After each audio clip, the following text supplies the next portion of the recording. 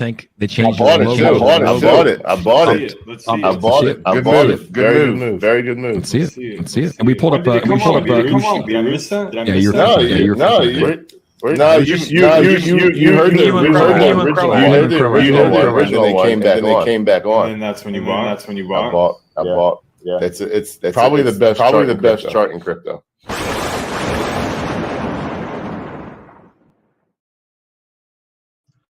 All right, ladies and gentlemen, welcome back. Impromptu live stream this evening. Wanted to get Arno back on here again after our mishap last week, and we're glad to have him back. Glad to know that he is safe and everything is good to go on that front. So, Arno, welcome back, sir. Thanks, Valhalla. Glad to be back. Glad to be 100% whole again, not be under the strife and mechanical failures of the world that I had go on a couple days ago. Yeah, that sounded pretty rough, man. So I'm glad you're good, brother. Glad you're good. 8-9 hours in the dark with no heat, no electricity, no internet. Hey, survivor. What can I say? Man, bro, survivor's one way to put it. All right, well, in the COVID, tonight, by the way.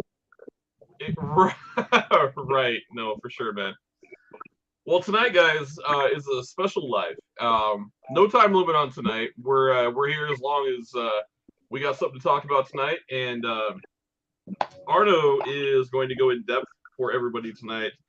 Really, why blockchain matters, why SHE-20 to Shido is the biggest thing to hit this particular project, and why you all should be so extremely bullish on it. And I'm going to talk about, before I turn it over to Arno, ledger security, because I know there were some questions that have popped up in the channel and the community. How do I use a ledger? What's the difference between a hot wallet, a cold wallet? How do I protect my assets? I spoke with Arno on it, a couple different things we're going to talk about. He has some really valid points too. I firmly believe in cold storage. I believe in protecting your assets off the grid. I just firmly believe that not your keys, not your crypto. Obviously, with a hot wallet, you still have your keys, but there are chances that you can get compromised. Now, Arno, why don't you, because you were mentioning the security. I'm going to let you hit on that, because I know that's something that you've gone 100% in depth with. And then I will kind of take it from there on the ledger side. But I'm going to let you start it out. Well, my thing is, I believe in having 100% knowledge of all security options in every form of wallet that you use.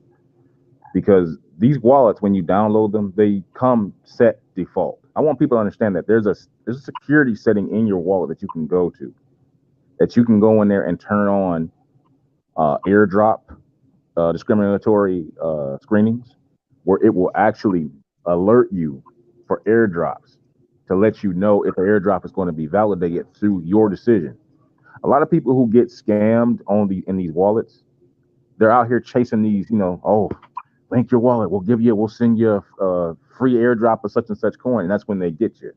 Well, if you have your security protocol set, your wallet will actually pre-screen per your decision, and it won't even be able to download these so-called airdrops unless you verify it first. Maybe sometimes you may hit a link accidentally. Well, there you go. If you had your protocol up, it wouldn't even be able to get that far, because it would get stopped before it even got to the next level. So it's not necessarily, choosing hot versus cold. To me, whatever you go with, understand what the protocols for security are in your particular wallet. You need to know when you download a wallet, the first thing you should do, beyond making your codes and everything, and getting your keys and everything written down and memorized, and then written down like 5 different times, is go into your security protocols and get that set up immediately.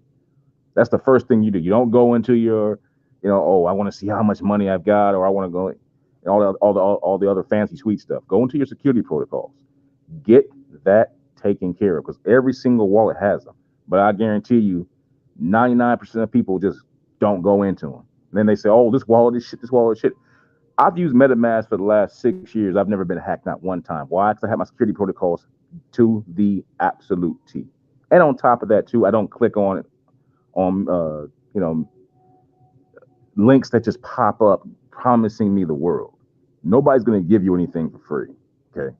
There are no free lunches in this world, and the damn sure ain't none in crypto, especially in an unregulated space such as this, what creates an unlimited opportunity for people of devious, creative means to take advantage of speculating, kind-hearted people who are just out here trying to make a better life for themselves. You are at risk every time you get on the grid. So you do better have your security protocols set up to protect, because that's going to be your second best. Your number one best shield against being hacked is knowing that a hack is going to try to take place. Always be on the guard for it. Your number two, have your protocols set up. Don't be downloading a wallet and then just get on the internet and then just start getting out here downloading coins, adding addresses.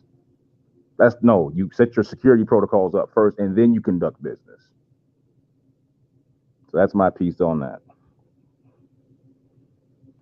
No, very well said. Very well said. Yeah, in every wallet there are security protocols. Whether that's Shido wallet, whether that is MetaMask, that's Trust wallet, or any other third-party wallet out there, Coinbase wallet, etc. There are security protocols you can enable. Now, do those security protocols absolutely guarantee that you're not going to get hacked? No, because if you click on stupid links or you do dumb things, you're going to set yourself up for a situation where you could very well get compromised. And if you get compromised and you're on a hot wallet, well, you're going to learn a very hard life lesson. So outside of that, there are multiple ways you can protect yourself. For instance, if you got an old phone, wipe that phone completely, connect it to your home Wi-Fi that is secured, download a wallet of your choice, transfer the stuff to it, then disconnect it, put it on airplane mode, store it in your safe, your dresser, your drawer, wherever. That can work as a cold wallet because it's completely off the grid. Then you can connect it, do your transfers, do whatever when you want to. The other way, and the way that I do it, is through this company here, Ledger.com. I'm going to go full screen real quick. I'm not going to lie to anybody. These are pricey. You're going to pay a pretty penny if you want to get a hot wallet through this company. The point here for me is I personally prefer to feel like I'm fully protected. I know that what I put here, it stays on this cold wallet, and I have complete unautonomous control of it. Now, for me, I use what is called the Ledger Nano X. It's this guy right here. And we're going to play a quick little video just for everybody so you guys can get an idea of what the Ledger Nano X is.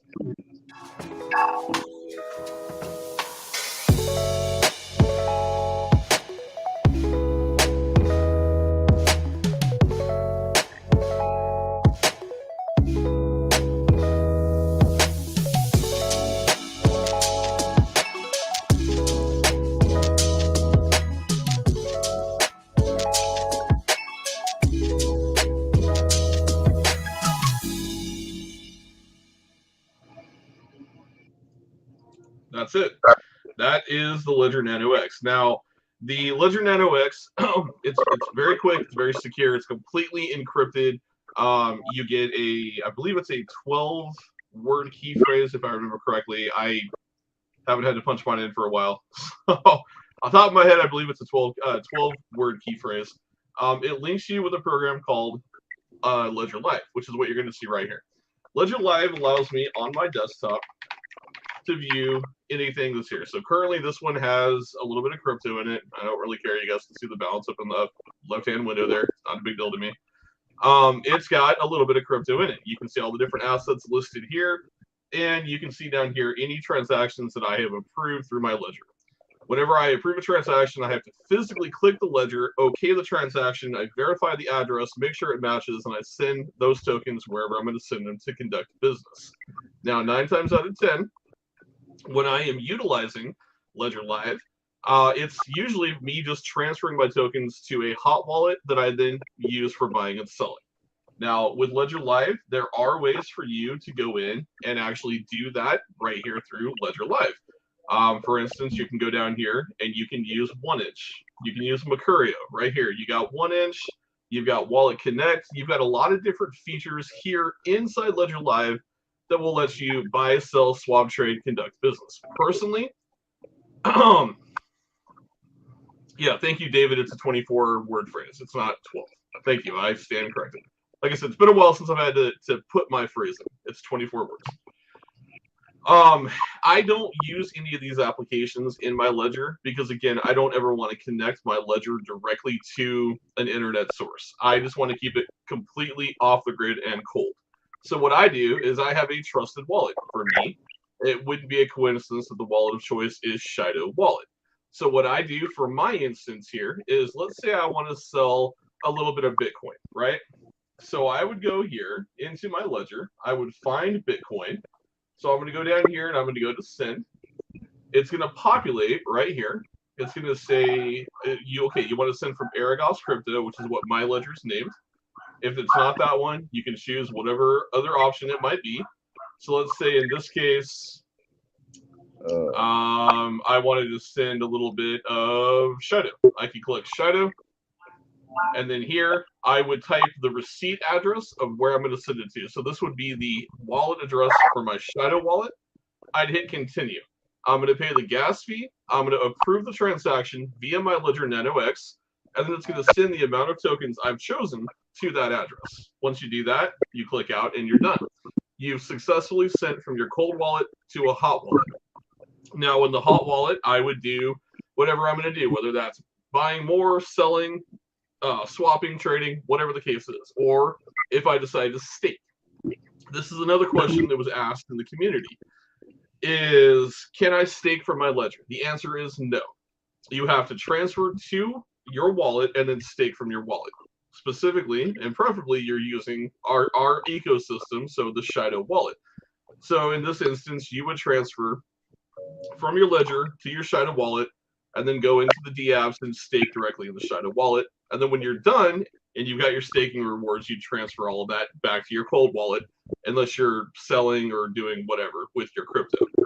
The point of having a cold wallet is to ensure that you are completely and totally off the grid. Now, whether you go through a company like Ledger.com and you buy a ledger, or you go through Trezor, which is the other trusted cold wallet out there, that's totally up to you. My preference will always be Ledger Nano. You can manage 5,500 plus coins and tokens. There's 100 different apps installed. They're always updating. They're always adding new possible apps, dApps to the platform. Me personally, I will always elect to go through Ledger. Now, if you're going to get a Ledger Nano, you're going to pay about $149.99. Again, these are a little pricey. You have other options, though. You can go up here, and you can go for the newest one, which is Ledger Stacks. This one's actually pretty cool. So you actually can stack different ledgers, kind of like books. It's a unique new idea.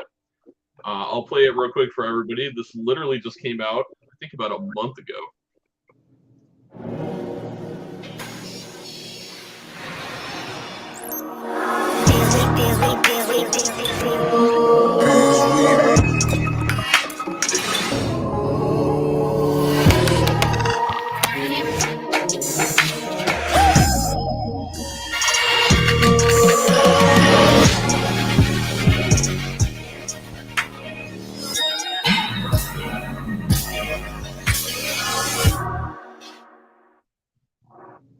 Kind of a snappy little intro there for everybody.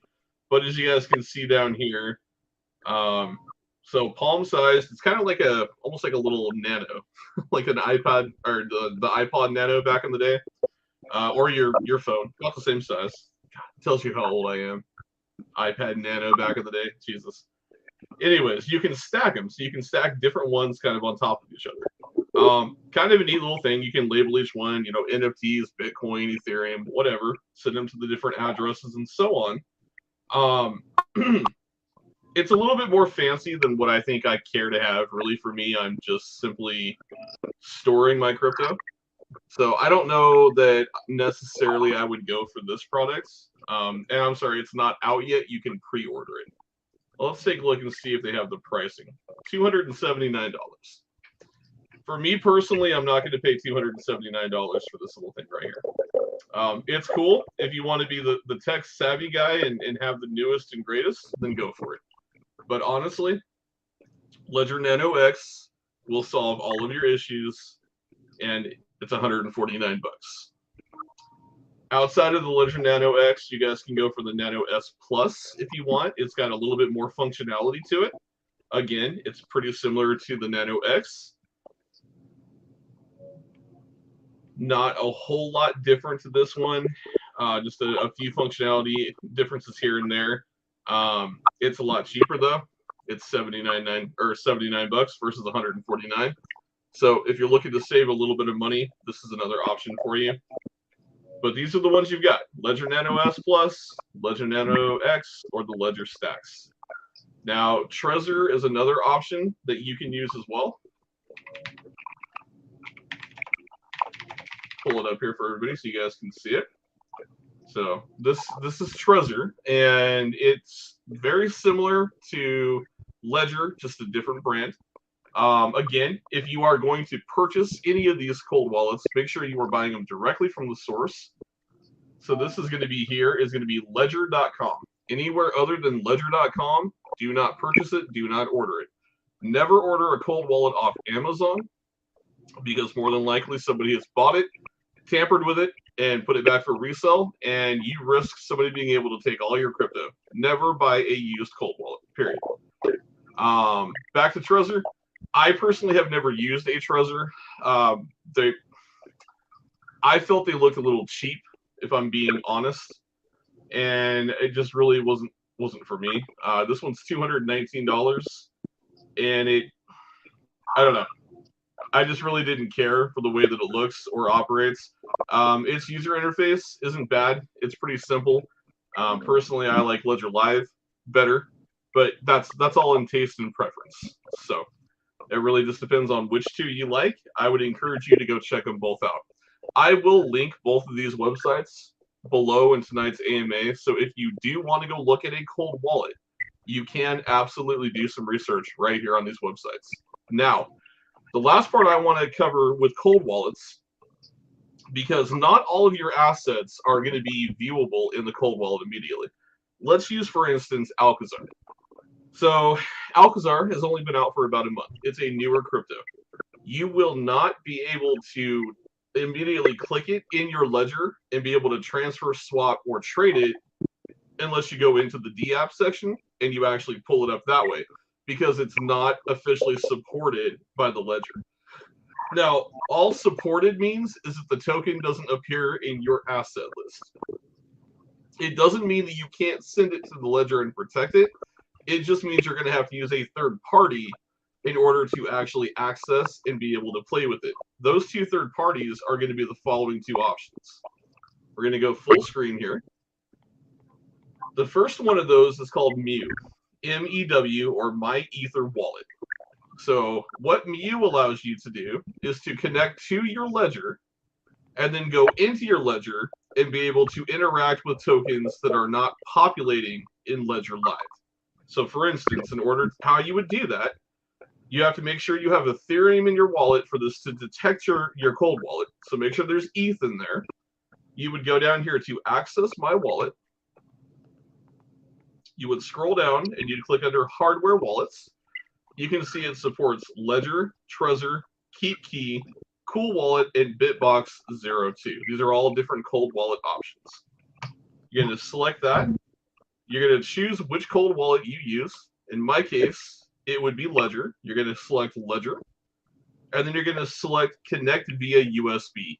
Always connect it via USB. Do not do the connection via Bluetooth.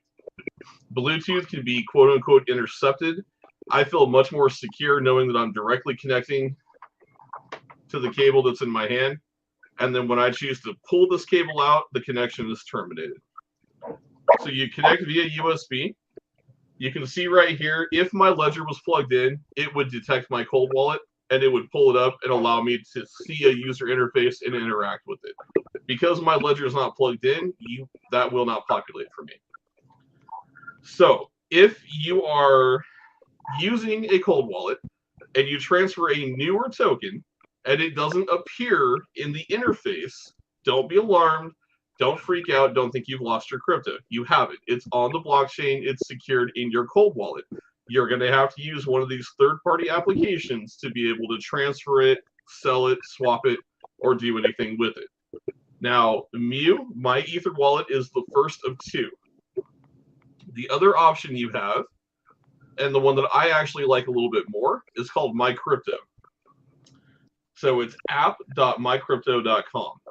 Now, you can connect via a couple different ways. Wallet connect through your ledger. If you have a hot wallet, you can also interact with your hot wallet here too, which is pretty cool.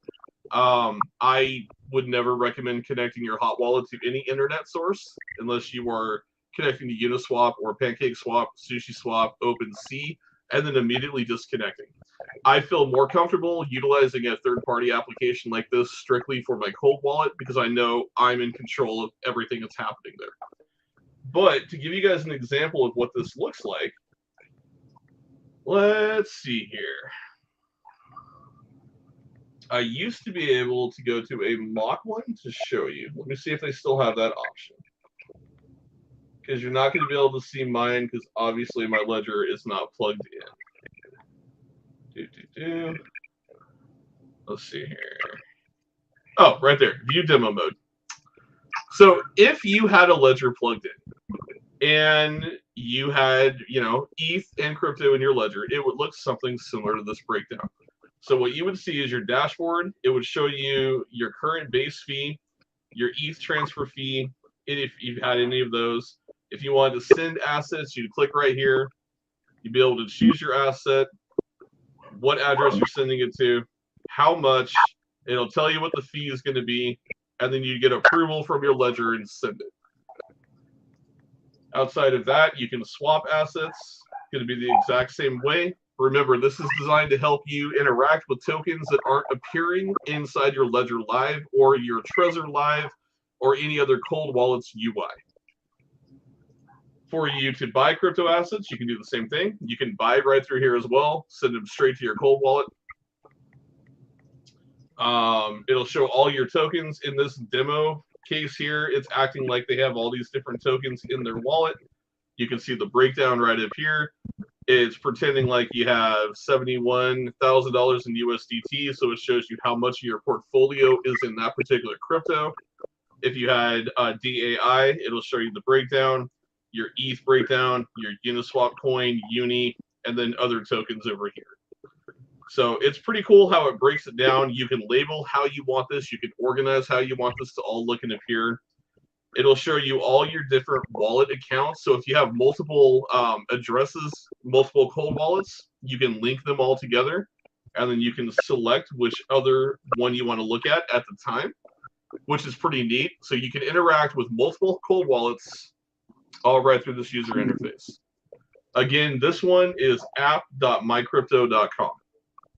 So the point of me showing this to you guys tonight is, first of all, I'd love to see that the community is asking questions about how to protect themselves and how to make sure that their assets are safe, because obviously we're playing with a crypto that is going to make you a lot of money, that you're going to see very, very good gains from Shido, and I don't want to see anyone in our community at risk of losing that money.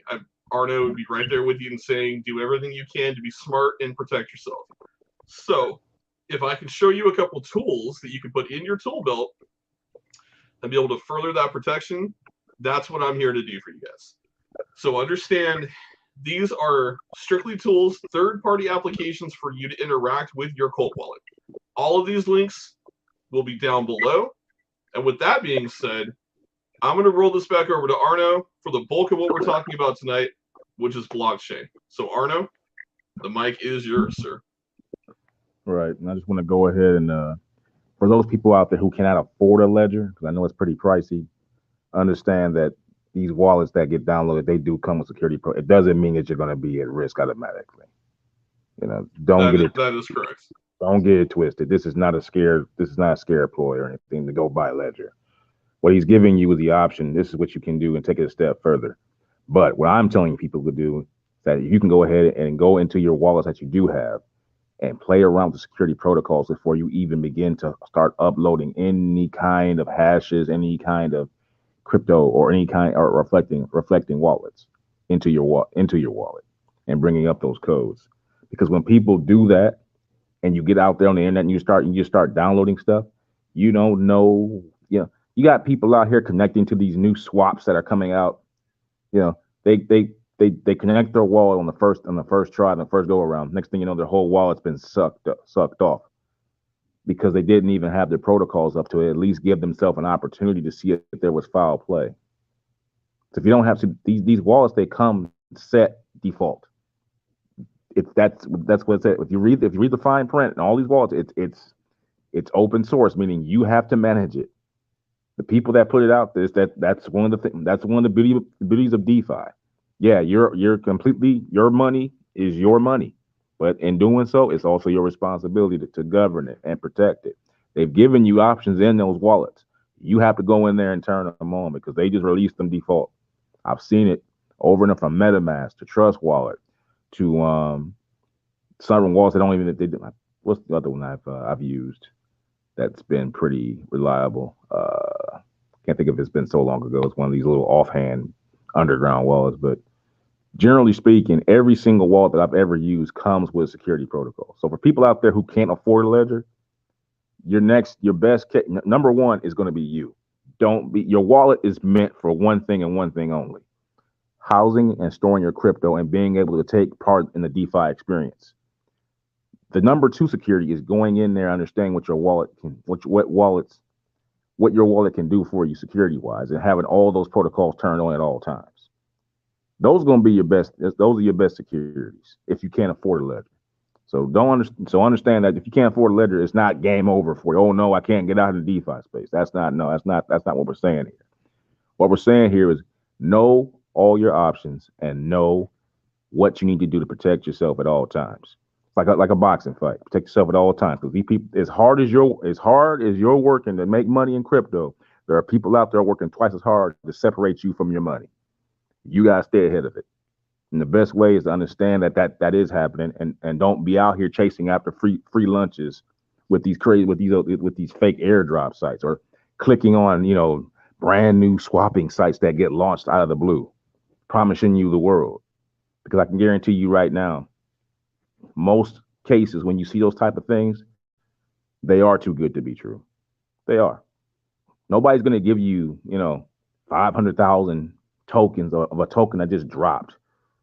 Think about it. Why would somebody give you 500,000 tokens of a token supply of only 200 million? A 200 million token supply, and they're going to airdrop you 500,000 tokens. That's a king's ransom. If it goes up by 5,000% from the spot price that you bought, that you got airdropped at. Why would they do that? Because they're going to try to take your crypto. That's why. They're trying to give you an in to make you feel comfortable with them. So you'll link your wallet and they'll take you for everything that you have.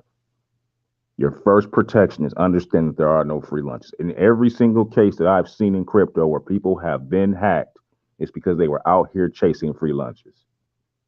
99% of the time it's been that. The other 1% of the time is just people hooking up to exchanges, and for whatever reason, something goes haywire. The security protocols weren't up, and they just hit a button, and they just kept hitting buttons. And next thing you know, all the crypto is gone. If you have the security protocols up, they won't even allow you to get that far because they'll let you know that something's going on that's wrong. And then you have to still okay it. Now, if you okay it after that, that's on you. But at least you get an alert. Ledger's good, but if you can't afford one, be aware. Just be aware of what your options are. That's basically what I'm saying. If you can't get a ledger, if you can't get a Trezor or any kind of a cold storage wallet, understand that a hot wallet is not it's not a death sentence. As a matter of fact, these wallets are meant to be what they are. Because you want to be in the DeFi space so you can do open trading at all times.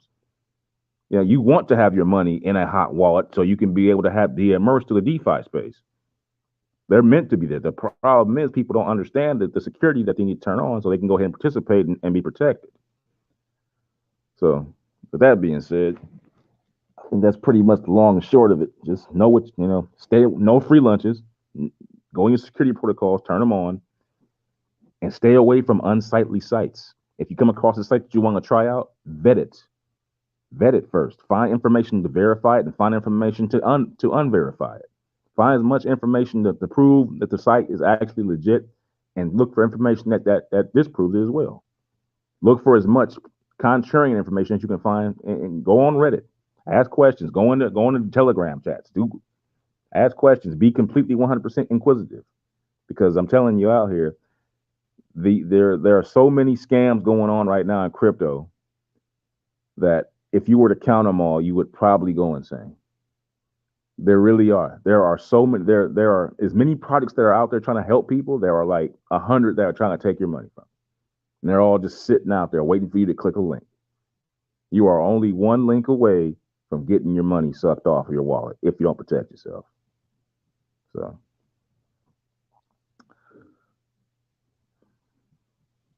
No, very well said, Arno. Sorry, I'm updating the link over here on YouTube, but no, you're spot on, man. Spot on. Well, let's talk some blockchain. So, where do you want to start? Well, Jesus Christ, I think it's in the word. It's blockchain. I heard something. Well, there's been some rhetoric that I've been made aware of by a friend of mine named Motoshi. If he's watching, thank you for sharing that little bit of video knowledge, or if you want to call it knowledge, it's more like a comedy skit. Yeah, no joke, right? Yeah, but there's a rhetoric going on that, and I say this in jest, people. Blockchains don't matter. That is the rhetoric that's being put out by a certain project or certain peoples in the project. Let me tell you right now that let's go ahead and preface this with the devil's advocate take. Okay, people are saying that a project that is creating a layer 1 protocol blockchain, which by definition means that a layer 2 would never eventually follow it potentially once they get stressed to a point to where they need to go ahead and add new features to it, meaning that you're going to have even more value. Layer 1 implies that a layer 2 would be following at some point, meaning more value will be following. So much the better for you as the early investor. But going back to the devil's advocate point of this, they're saying that blockchains don't matter because people aren't going to buy into it. Blockchains have no real value. They're just housers for cryptocurrency. Well, you just disqualified your whole point by saying that. The mere fact that blockchains exist make them important, because without them, you wouldn't be able to have cryptocurrency in any machination, whether it be a tried and true cornerstone crypto or a shit coin. The blockchain is literally the time and space continuum for cryptocurrency, as is our universe for us as human beings. If you were to take it away, we would not exist. So would it be for crypto. If you took the blockchain away, cryptocurrency would cease to exist. Where are the hashes going to come from? Where are the transactions going to go? How are you going to get consensus? How are you going to solve the double spend problem? Because you can't. Because you wouldn't have any distributed ledger technology, which means you have to depend on people's word of mouth to guarantee your transactions through somebody basically stamping a piece of paper and having to trust another person. The blockchain effectively removes that. The whole purpose, when you really get down to it, what blockchain really does, like I said, it solves the double spend problem. It solves the trust issue. You don't have to rely on individuals or a banking system to ratify your money.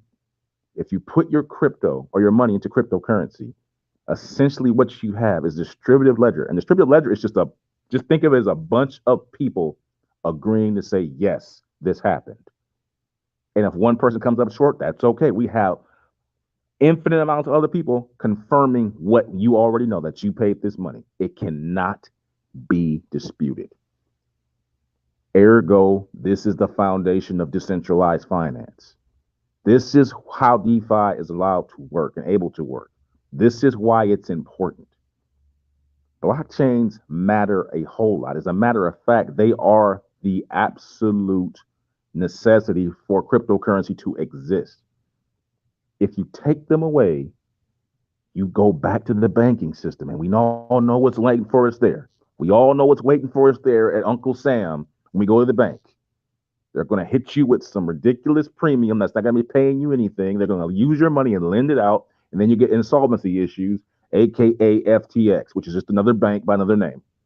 A centralized exchange. I've said it before. A centralized exchange is just another name for a bank. It's all the same shit. But going forward with what we have here with Shido, and what we have an opportunity here as a community to be invested in this, what I call a holy grail crypto. This is a holy grail situation. Like I've made numerous comparisons to other cryptocurrency projects in the past, Solana, Avalanche, and the grande of them all, Ethereum, who have all had this same meteoric rise from a very, very modest start. If you go ahead and look back at the performance, and you're probably doing it right now. You're bringing it up right now if you are, Valhalla. But pick one: Avalanche, Solana, Ethereum, EOS. I got Ethereum. I feel like Ethereum is a good example, so I'm here at all-time high for you. Right. Well, I made that comparison. With Validator and Bjorn, how their projects are eerily similar in terms of how they've begun from their very humble beginnings. I mean, if you go back and look in 2014, when ETH was just sitting out there it was sitting out there really just on doing open sale. I mean, it really didn't have a physical price necessarily. Yeah, I was gonna say physical price started 8/15/2015. There you go. 14, you're basically they were basically doing phantom sales, closed house sales. You basically if you want to. It was $1. Yeah. Oh, sorry. It was $1.68. Just so you know. Right. That's what they have listed there. But I have video evidence of Validator basically saying if you want to buy it, it's here for us. We're not gonna mark it up and put it on exchanges or anything like that. He said that. We're not gonna mark it up and put it on exchange. If you want to invest in our tech, it's here for you. This is where you can go buy it, and you can go ahead and hold it if you believe in what we're going to be doing.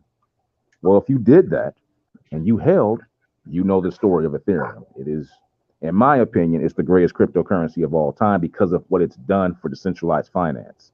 Yes, Bitcoin is the one that ratified the crypto space and made it something what it came to be. But in terms of getting crypto to where it's at right now, Ethereum cannot be disputed as the number one greatest crypto of all time. Well, we wouldn't be here. We wouldn't be here without Ethereum. Exactly. Without this, it made decentralized applications possible. There were no DApps for Ethereum. There were no DApps. There just weren't. And now it got us to the point where we don't need exchanges. We don't need to have the situation where you have proof of work. We can now operate on proof of staking. Now we can operate on different theologies now in crypto. That's what Ethereum has really brought into the space. Whatever your thoughts on Ethereum may be, the fact of the matter is it has allowed crypto to expand itself and become a much more fleshed out space than when it began back in 2008 with the creation of Bitcoin.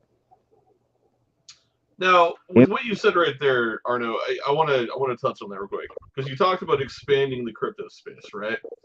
So exactly. Let's take that into parallax to what Shido's doing and what She20 and Shido Chain's going to do. Yeah, I was just getting ready to go there. Like you said, I was just getting ready. Yeah. My bad. Continue. No, you're good. You're good. That's what I was getting ready to say. We're expanding the crypto space. Now you look at what Ethereum has allowed other projects to do. They will build on their database and then they will branch off and create their own chains, such as you've seen with Solana, you've seen that with Avalanche, you've seen that with EOS, you've seen that with Chainlink, you've seen that with VeChain. They've got their own ecosystems. This is what Ethereum has allowed people to do. Shido Chain is doing nothing different but adding to that and taking it even one step further. You see what even BEP20 with the Binance Smart Chain, where we have began. Shido Chain began on Binance Smart Chain. And we're going to bridge off and create our own. It's no different than before. It's all one big parcel necessity for the continued growth of cryptocurrency, that every single project begets new projects. And that value that exponential growth of value in the crypto space grows every time new projects come about and grow. It's all cumulative and community based. In doing so, we create value prospects for each crypto individually. Yes, you'll have different projects that go a certain way in a different space. You'll have some that will be more community, more popularity based, some more utility based. But generally speaking, they all support each other. Generally speaking, I mean, you look at what Chainlink does with the validation of NFTs, which would be considered, that would be more of, it's more of a collector's space for people who want to buy things that are appreciating value. And then you look at what XRP will be doing with ratifying banks and helping that space out and doing with their distributed ledger technology. Now you have two different cryptocurrencies doing two different things, but yet and still they're growing the space and bringing in value from two different sectors. All the while, the entire crypto space grows. Shido Chain is going to be doing that on a monolithic level going forward, because it's going to be doing all of these things at the same time, adding on new projects on its own blockchain. It's going to beget other projects that will grow, and then in turn will increase the value of Shido Chain, as it has done with Ethereum and the Binance Smart Chain has done with other projects. People out there, you need to understand that when you create value, you make yourself indispensable. I hate to use the term, but the old mafiosis of the old days, the old gangsters from the old 20s, the reason why those gangsters were able to live so long is because there were so many people who were dependent on them. They were too valuable to be put away, too valuable to be killed, quite frankly. There's a reason why that Meyer Lansky lived to be 80-something years old and went down probably as the greatest financial investing gangster of all time, because he made all of his partners rich. Shido Chain is going to do the same thing. You're going to have all of these projects that get built on here. They're going to have this nice place to come. Because remember, what people don't understand is with blockchains, especially on the proof of staking, you have to have the token to be able to have transaction priority along the blockchain. These tokens will be bought and they will be held by these projects that will be coming over. By the way, Bjorn has been smart. He's using the same communication technology of Solidity to make each project available to be able to be ported over easily. There'll be no friction with that. You can have a blockchain, you can have a project that's on the ERC20 contract or the BEAT or BEP20 contract. They can just simply port their stuff right on over and get transaction priority if they're a first mover. And I'm pretty sure they're already doing that, thinking like that, because these developers right now who have bid on the Ethereum blockchain and on BSC have been fighting like cats and dogs, Valhalla, to get transaction priority. Every single moment, not day, Valhalla, moment is a battle on the blockchain to get your transactions out. People do not understand this.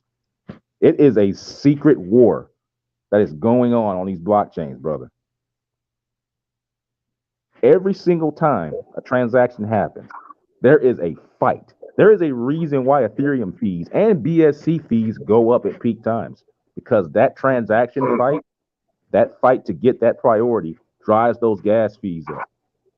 And if you can't get the type of governance necessary for your transaction fees to go up, your project is going to be stymied for the other projects to get their priority.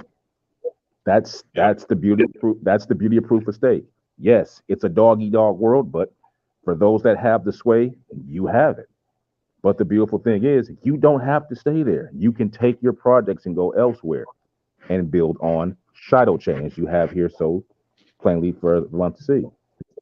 And for people buying Shido tokens, so like I said, how this is going to play out the way I see it, these projects are already in the know. I truly believe, I can't confirm this, but I truly believe that Bjorn and the people, they've already been in contact with a whole bunch of projects probably by now, and they're going to be garnering up these tokens, whether it's going to be on ERC20 contract or BEP or BEP20 contract, and they're going to have these tokens ready for migration at the time of launch of Shido Chain, and they're going to get over there lickety split with their projects already ready to go, meaning that they're going to effectively take tokens off the market essentially forever, because they're going to need the tokens to be able to govern along the blockchain, to have transaction priority, the same way that projects began on the Ethereum blockchain. There are projects that got there so early in on Ethereum that they haven't even cared about transaction priority because they had so much of it, they don't have to worry about it. They're just sitting back, licking the chops, transactions going out the door, they're not even caring. Projects that have failed, that haven't done very much, but are still worth like EOS, early adopter token of Ethereum network. Look at them. They're just sitting out there doing fuck all, but they're worth multiple dollars. But they were early adopter of the Ethereum blockchain, so they have transaction priority, so they can sit on their ass and just take their time and develop because they know their transactions are going to get out with priority. Other projects can't do that because they don't have that type of sway. But if you go to another blockchain that's going to have proof of staking framework, and it's also going to be one that you can depend on, that's going to have good high transaction volume and speed with lower fees, it's very, very advantageous for you. Because the number two thing that's going to be beyond that is scalability. Your ability to get transactions out expediently on a moment by moment basis is going to definitely help you with your competition with your other competitors, not just on Shield chain, but also in the DeFi space. Especially when you start talking about things with projects that are going to be moment to moment based, such as a banking coin like a XRP, or a token that's dealing with price aggregation, or tokens that's dealing with anything that has to do with moment to moment transactions. Those are the tokens that are going to really, really benefit from high scalability. Your validator tokens, yeah, they'll benefit too, but the ones that really will be benefiting are the ones that provide a service that's going to be moment to moment, such as Alcazar. Alcazar would benefit from this because of its raffle system. Like, what if the people in Alcazar who are my man James, who are running it, wanted to do an hourly raffle? Well, you would need a very, very scalable blockchain to house such a transaction rate so you can get your raffles out efficiently. You would want that. You wouldn't want to be up there where you're fighting for proof of staking and you're getting out, okay, your transaction is going to be halted by 1 hour, 2-3 hours. It'll kill your business because your whole entire framework is built on community connection on a moment-to-moment basis. So you need to have that scalability. So a project like Alcazar would very definitely benefit from Shido chain. Very definitely. So yeah, no, absolutely. I wanted to add 2 points that you said there. I didn't want to stop because you were on a roll. You mentioned gas fees, right? And we all remember. Let's go back here. Okay, here's the all-time high of Ethereum, 11/8/2021. I can tell you right now that on 11/8/2021, you were paying $400 to $500 gas fees. Don't argue with me. Don't tell me that's not accurate because I was paying them. I was a part of that nightmare. That shit sucked. And this was in the middle of the Shiba run, and I was like, yeah, I want to add to my SHIB position. So I'd look at it and go like, okay, I can afford $400 SHIB because I got to pay $500 on the gas fee. And people were paying it. Don't sit here and say people weren't, for those that are watching, because you know damn well they were. Now, if you were a validator for Ethereum, you were making buco bucks during this time frame. Now, to go back to Arno's point, let's go back over here to Shadow Chain. I want you guys to see right here. These are the bullet points of why Shi20 is going to be, in my opinion, one of the most dominant blockchains that crypto has seen since the foundation of Ethereum. Extremely low or inexistent gas fees. Basically taking what BEP20 does and applying it to every token on the chain. In the middle of a bull run, do you want to be buying projects on Ethereum and paying a $500 gas fee, or do you want to be buying projects on Shido chain? Boom. Yeah. And I think it's important to let people understand why the fees are low. The reason why Ethereum fees are so high is that yes, they use proof of staking framework, but underneath all that, the token is still being mined. Right. Okay. It has to be, and then on top of that, Ethereum is inflationary. It has no set cap. Right. Ethereum has no set cap on token. All the tokens of Shido have been you compare it to BEP20. I actually compare this to this. I compare this more to XRP. Okay. Because XRP's tokens are already pre-mined. There's a reason why XRP's fees are like 0.0001 because they don't have anything to do with mining, and their consensus distributive network is basically at that time was revolutionary because they were the first ones to really do that, to where they can come out and say, okay, how do we solve the double spend problem while still being completely 100% low fee at all times? Well, why don't we go ahead and pre-mine all the tokens? We'll distribute them out, and then we'll go ahead and give people the opportunity to take advantage of our ledger. And then on top of that, we're going to go ahead and build our own blockchain, so we can go ahead and distribute our own fees at our own measure. And it works like a butte. Now, I understand that XRP is what they're doing in the real world with the litigation. That's neither here nor there. We're simply talking about the tech. Shido Chain, in my opinion, mirrors a lot of what XRP accomplished years ago, and they're taking it to the next level because you have 100 billion supply, same. It's XRP. The token's already pre-mined, same. The difference is this is a proof of staking framework. This is where the genius that comes in. See, XRP wasn't doing this.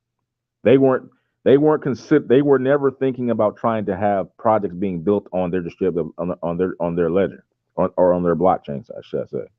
They were all about trying to free up banking funds that are in banks. They want to free up these funds that people have to go through in order to settle cash transactions throughout the world.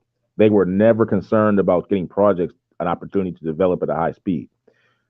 What Shido Chain is doing is taking that same free structure, and they're going to extend it to the DeFi space. They're not concerned with trying to help banks out. This is about bringing a almost infinitesimal fee structure to the DeFi space and allow projects to develop per their own pleasure. If they want, but they have to have the token. They have to have it for governance rights. And I can't, again, I'm not behind the scenes. I'm just a guy talking, not financial advice. But just thinking logically, they're gonna buy it up in droves because no one in their right mind is gonna want to stay on the back end getting thirsty thirds on Ethereum blockchain transactions for the rest of your life. Why would you want to do that when you just migrate over to another blockchain that's just getting ready to roll out, have first mover advantage, where the token supply is still relatively affordable, and you can buy up a crap ton, and you have governance rights now to kingdom come? Why wouldn't you want to do that? And then on top of that, you can go ahead and get your projects going, and then who knows, maybe you might go ahead and build your own blockchain and fork off of that and make Shido that much more prominent. Thank you for your service.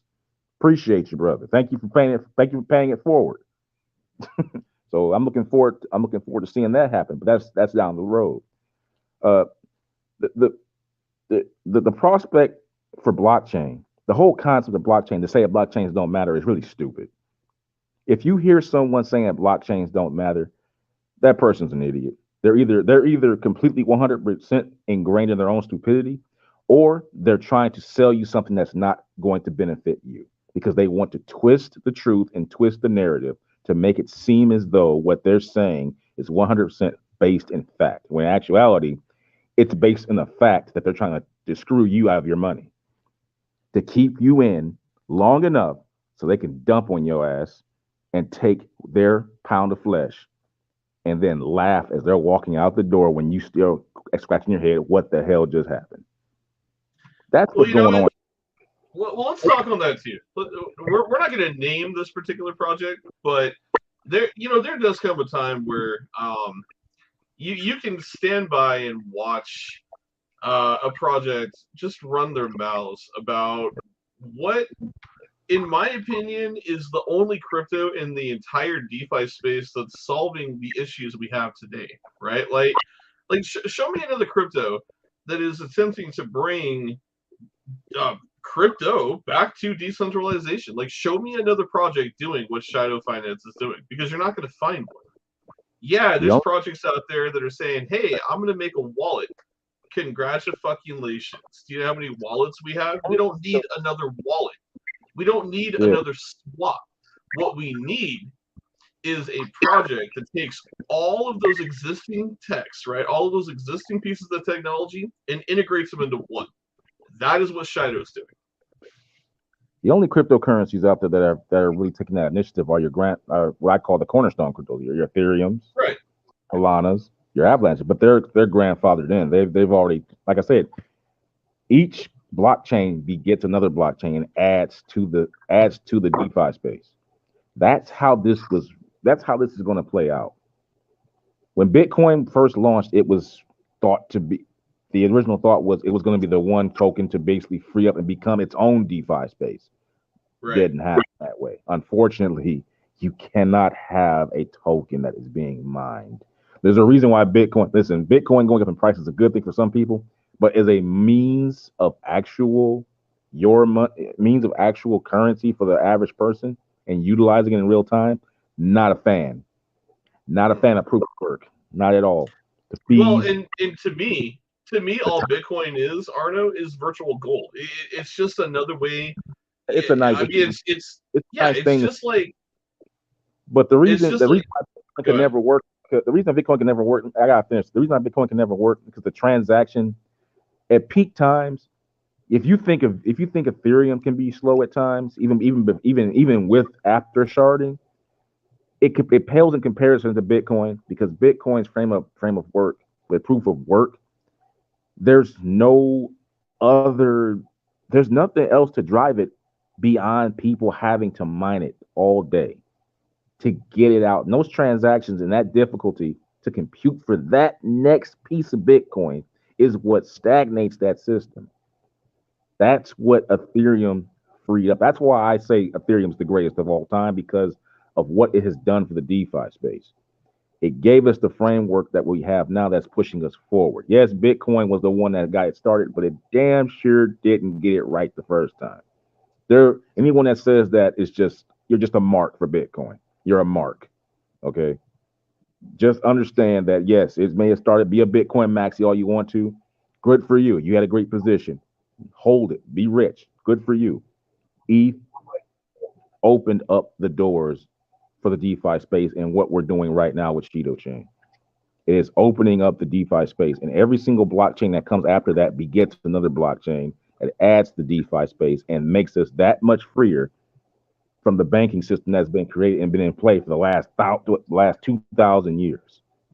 Right. Every single blockchain that comes out and integrates new technologies and new projects, it's going to help us get further close to that decentralized finance area that was dreamed about by this mysterious individual, Mr. Nakamoto. And just getting back to the whole thing with the products being on Shido Chain and the tokens being gobbled up by these projects developers. Again, like I said, Bjorn has set this up wonderfully because he's using the same exact tech that they're using, so they'll have absolutely zero friction sending over their projects to Shido Chain and hooking up. This is why I really do believe that there are people behind the scenes just waiting to buy this token up from product. Because people, I want to touch on this. This is a good one right here. There was a comment out there in the DeFi space by someone saying that people will never buy into a blockchain. Well, that's where that's where your notion is wrong. It's not about people buying into it. It's about developers buying into it. They will be the first movers. The first movers of a blockchain being exposed to the space is always going to be the devs. Devs are always looking for new fertile ground to build on because, again, transaction priority. They'll be the first movers because they're going to want to get that pure price, get that first mover advantage, get on that blockchain and start getting those transactions out. They're not going to sit around and wait. They're not going to wait around. At least the smart ones aren't. They're already in the know. I'm pretty sure there are devs out there who have feelers out there looking for what new blockchain is out there. What's the transaction rate? What are the fees? I don't like that structure. Let's go ahead and wait. We'll wait for something better to come along. Well, you're not going to find anything better than this. When someone's promising you next to nothing fees, high scalability. I mean, listen, Bjorn hasn't said anything yet, but I'm pretty sure. I'm just going to throw it out there. We should be able to do at least about 10,000 TPS. That's just my opinion. We should be able to do 10,000 TPS, bro, just from start. Well, he actually has talked about it. I was just going to say, let's hit that. It's right there. Okay. Superior TPS, highest supported TPS is 10,000. Okay, I didn't even see that there. See, I didn't even see that there. I was just throwing that out there. I couldn't even see it was so small. See, that was on the top of my head. That's on the top of my head. Yeah. So let's talk about that. What is the TPS of Ethereum? Because that's the leading question I have. What is Ethereum's TPS? Do you know off the top of your head? It's not 10,000. I know that. It's not 10,000. We know that. I know that. I thought it was definitely. Let me do a Google search. Let me see what I can find it. You keep talking. Let me see what I can find. Is a good reference here because I think like there's a lot of comparisons here. But XRPs, I believe, is somewhere around 15 to 3,500, I believe, on theirs, and we're already doing 10,000 to start, and that's what I figured it would be. I found it. You ready for this? Go for it. Shit. You're gonna love this. All right, let me drag it up here. Should be about 1,500. Yeah, I'm gonna read it out. Ethereum currently handles around 10 TPS, so that's a 100,000x improvement. Let me start over. Ethereum currently handles around 10 TPS transactions per second, so a 100,000x improvement is needed to achieve its scaling goals. For reference, a network like Visa can handle around 65,000 TPS. Well, that's a bad comparison. I mean, yeah, I know that's a bad comparison. Yeah, it is 10 a bad TPS. Yeah, but the Visa comparison, that's not fair because they're just doing debit.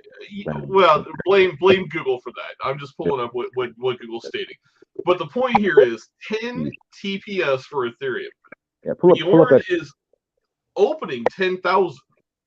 Right, pull up XRPs. I believe that one should be around 3,500 because they're already pre-mined and they have a low fee schedule just because they're already pre-minted.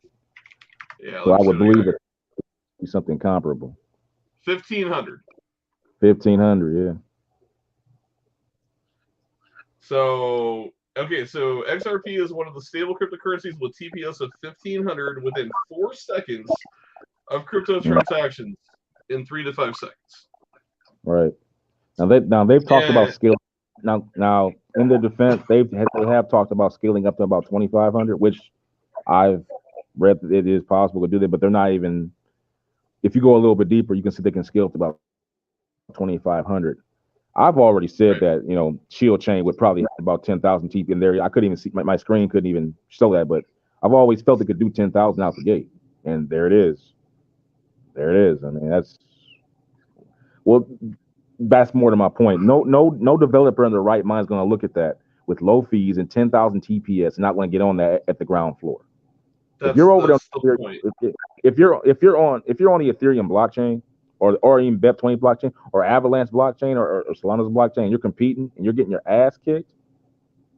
This is a godsend for you because not only are you leaving a place with inferior transaction rate, you're also coming to a place with lower fees.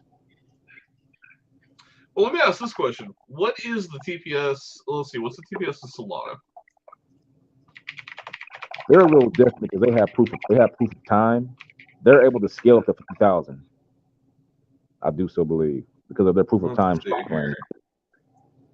The team notes they can process 65,000 transactions per second at peak. However, the number typically averages out closer to 3,000 TPS. That's what I was saying. They're usually able to scale it to about 55 or 6,500. They could scale up.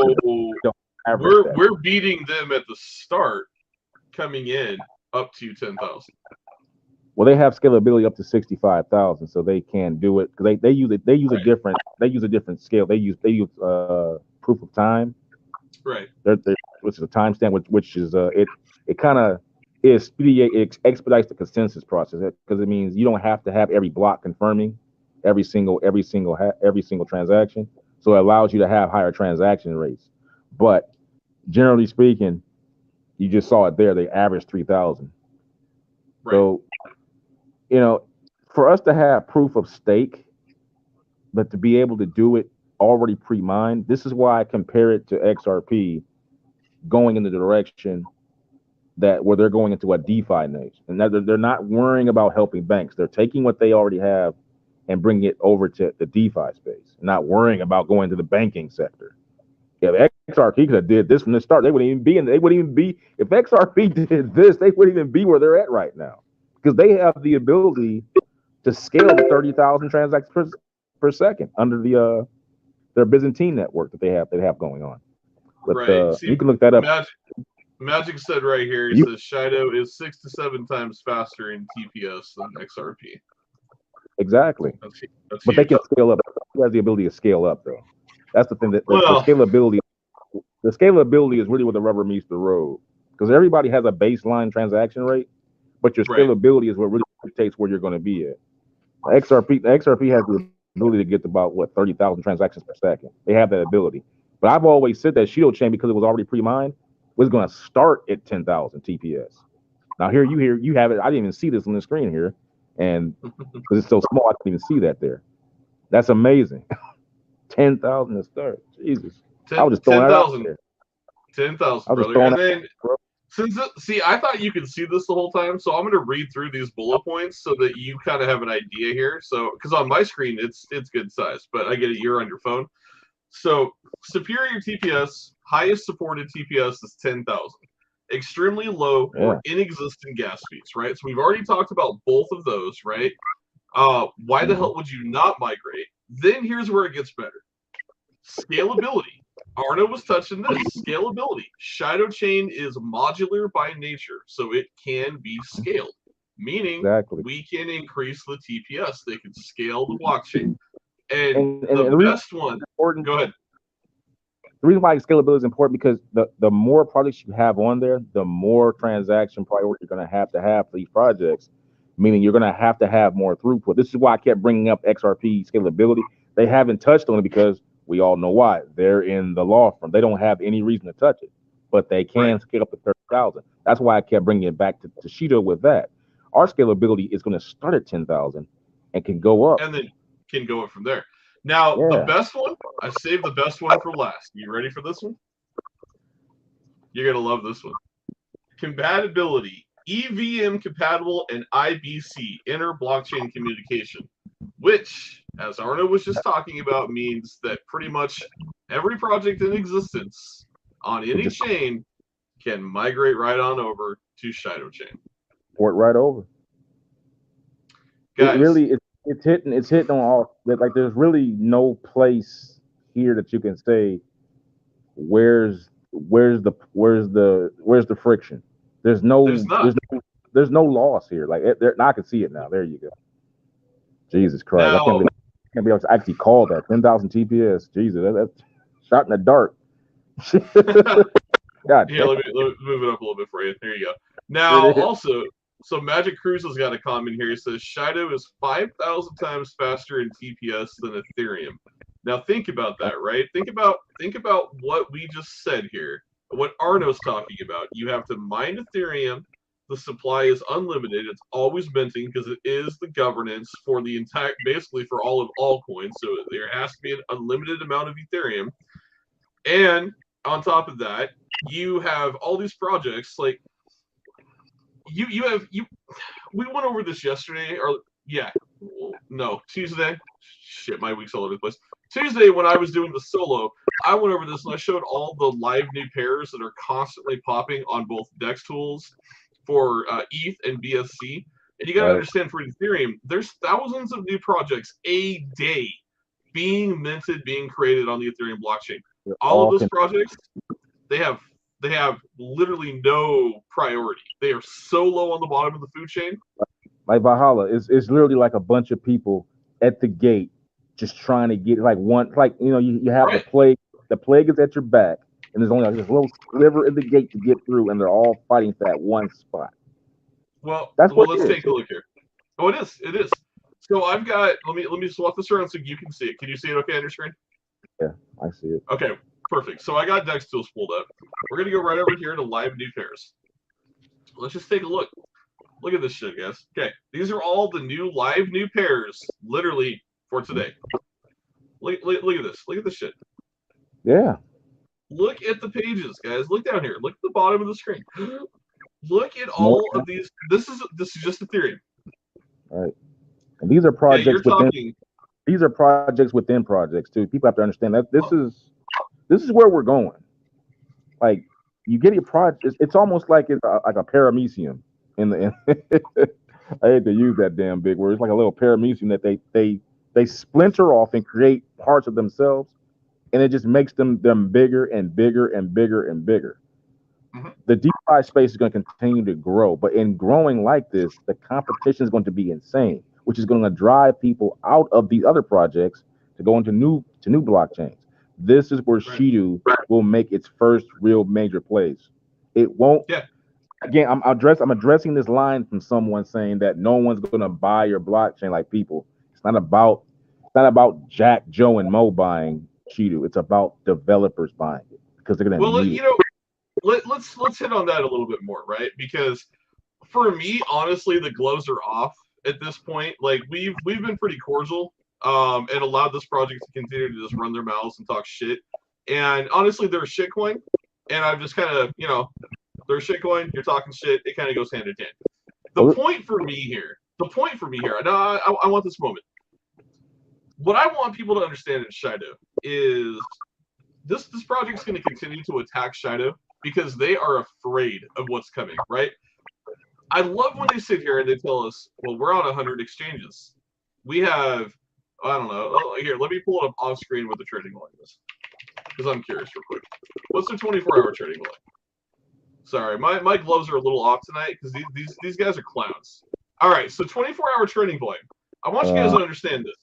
They have $117,000 in 24-hour trading volume. You're on 100 centralized exchanges, and you are running your mouths telling everybody in the DeFi space that you are the best out there, that you are going to mint millionaires. Then you have a project like Shido, okay, that is creating a layer 1 blockchain with a 10,000 TPS scalable blockchain, mind you, so it can go upwards of 30, even possibly, 65,000 or more, depending on how it's scaled and built.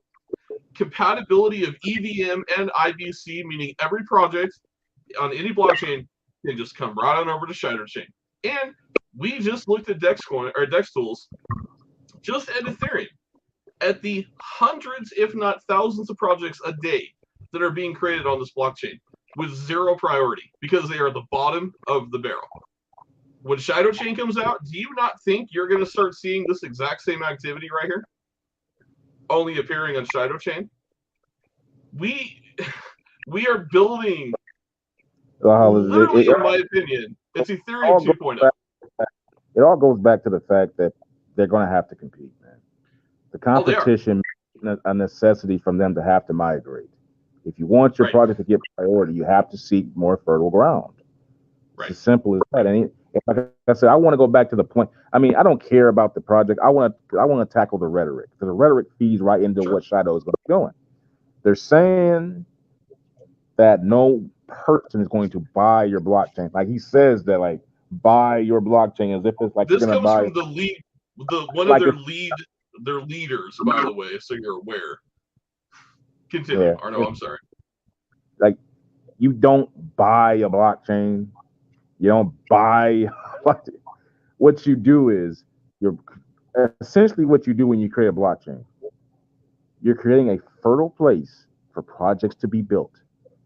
By definition, the first adopters will be developers. Right. It will not be. It will not be Joe. I said it before, and I'll say it again. Projects like this always start small in market cap because they have a very esoteric, uneasily understood purpose. The average person who is not in the DeFi space, who doesn't keep up with this stuff, is not going to get it. When I first started the whole Twitter initiative, it was just to get messages out about what Bjorn was putting out there into the hands of people who are sitting on the sidelines with speculative money. Unfortunately, we didn't get the type of enthusiastic tweets that I would like to have seen in the beginning. That's neither here nor there. The point is that this project is not going to grow simply from Joe Schmo and Mark buying it. It's going to be from project developers garnering up, as you've already shown, the thousands and thousands of tokens that are sitting on the Ethereum blockchain alone, getting their 1.00000 gigawatt worth of transaction priority. They ain't worth fuck all. Fighting for the scraps. I just want to point that I'm on page 65. I just want to point out, Arno, I'm still scrolling through this. This is all live new pairs, and I'm already on page 70. Right. And this goes back to my point that projects beget projects. Like this is what happens. You get a project, it just starts with one. They beget one. They beget one. They beget one. And in the process, the token that governs all of them goes up insanely with that price squeeze. This is why this token is going to be very valuable. You're showing it right there. This is all in the Ethereum blockchain. You're basically confirming everything that I'm saying by showing this. Right. Well, that's the whole point. Yeah. I mean, that's the whole point of scrolling through this is I want people to physically see when. Right. Even with all these struggling tokens, they're bringing value to the native chain. Right. That's the real takeaway for me. If I'm a viewer at home and I'm watching this video right now, I'm looking, okay, what are these two guys talking about? They're saying a lot of big words, saying a lot of things. The takeaway is that look at all these projects. Where are they housed? Why is Ethereum worth what it is? This is why. This is why. I mean, I'm on page 100, bro, and this shit's still going. Page 102. You know what? We're going to go to the very last page.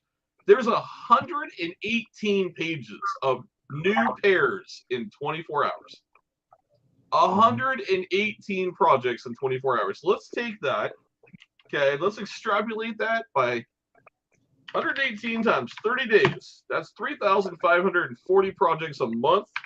Let's times that by, I don't know, 12 months? That's 42,480 projects a year.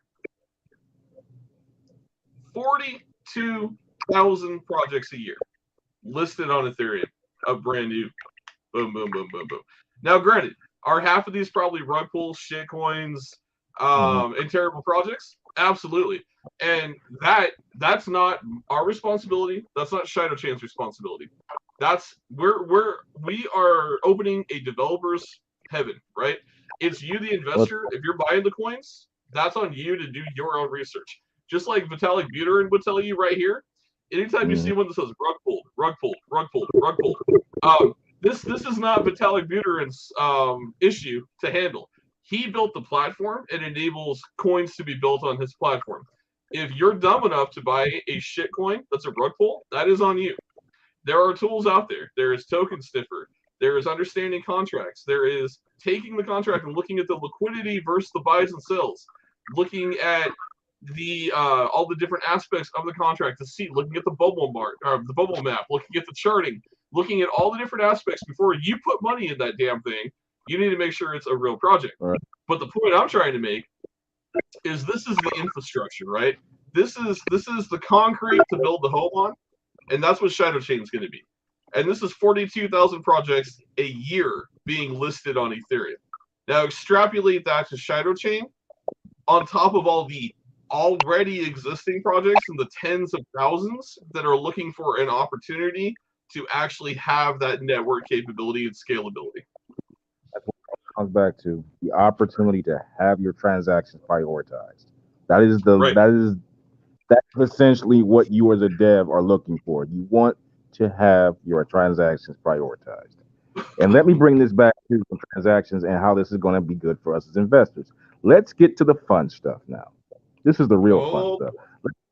let's talk about everybody's favorite two words, or at least it should be, price squeeze. Let's talk about squeeze. Okay. I love a good squeeze.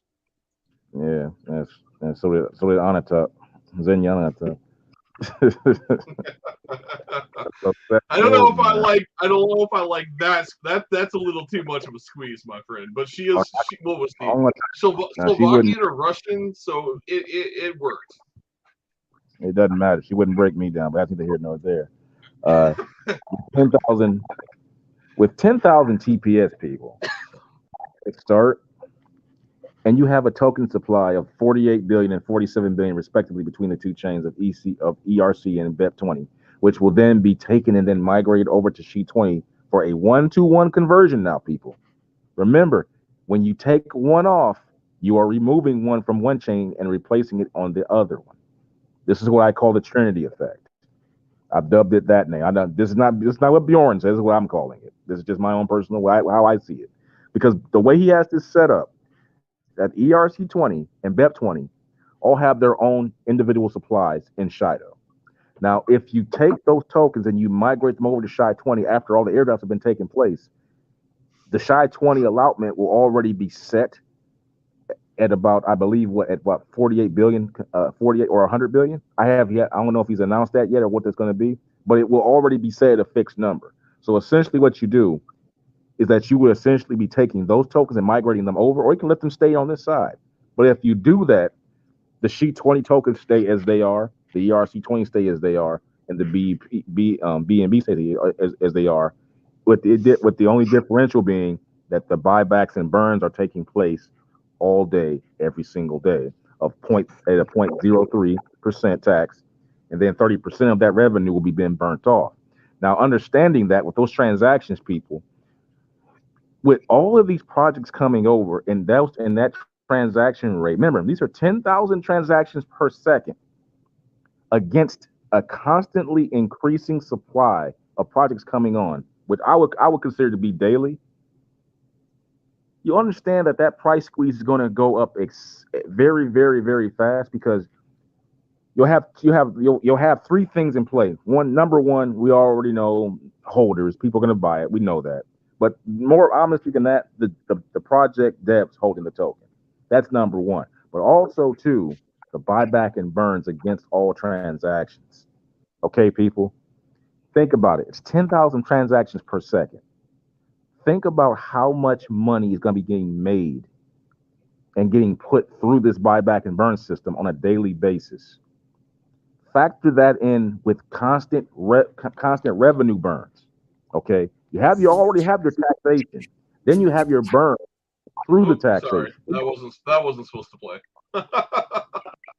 Well, I didn't even see it, man. I was in. Oh no, you're good. I accidentally played the MC Hammer one there. I was trying to show the burn video right here. Right. What you were talking about. Right.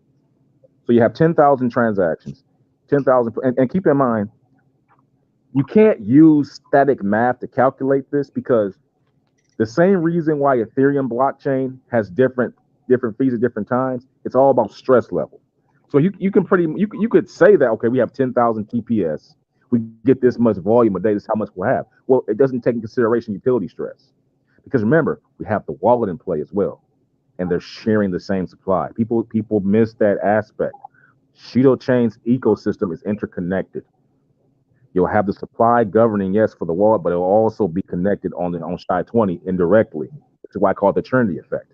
The ERC tokens and the BNB tokens will be dedicated to governance on the wallet, in conjunction with also governing what goes on the blockchain, even when you migrate over. So if you migrate over for SHI-20, you're taking tokens away. There's a price squeeze against the buyback and burn transactions on that.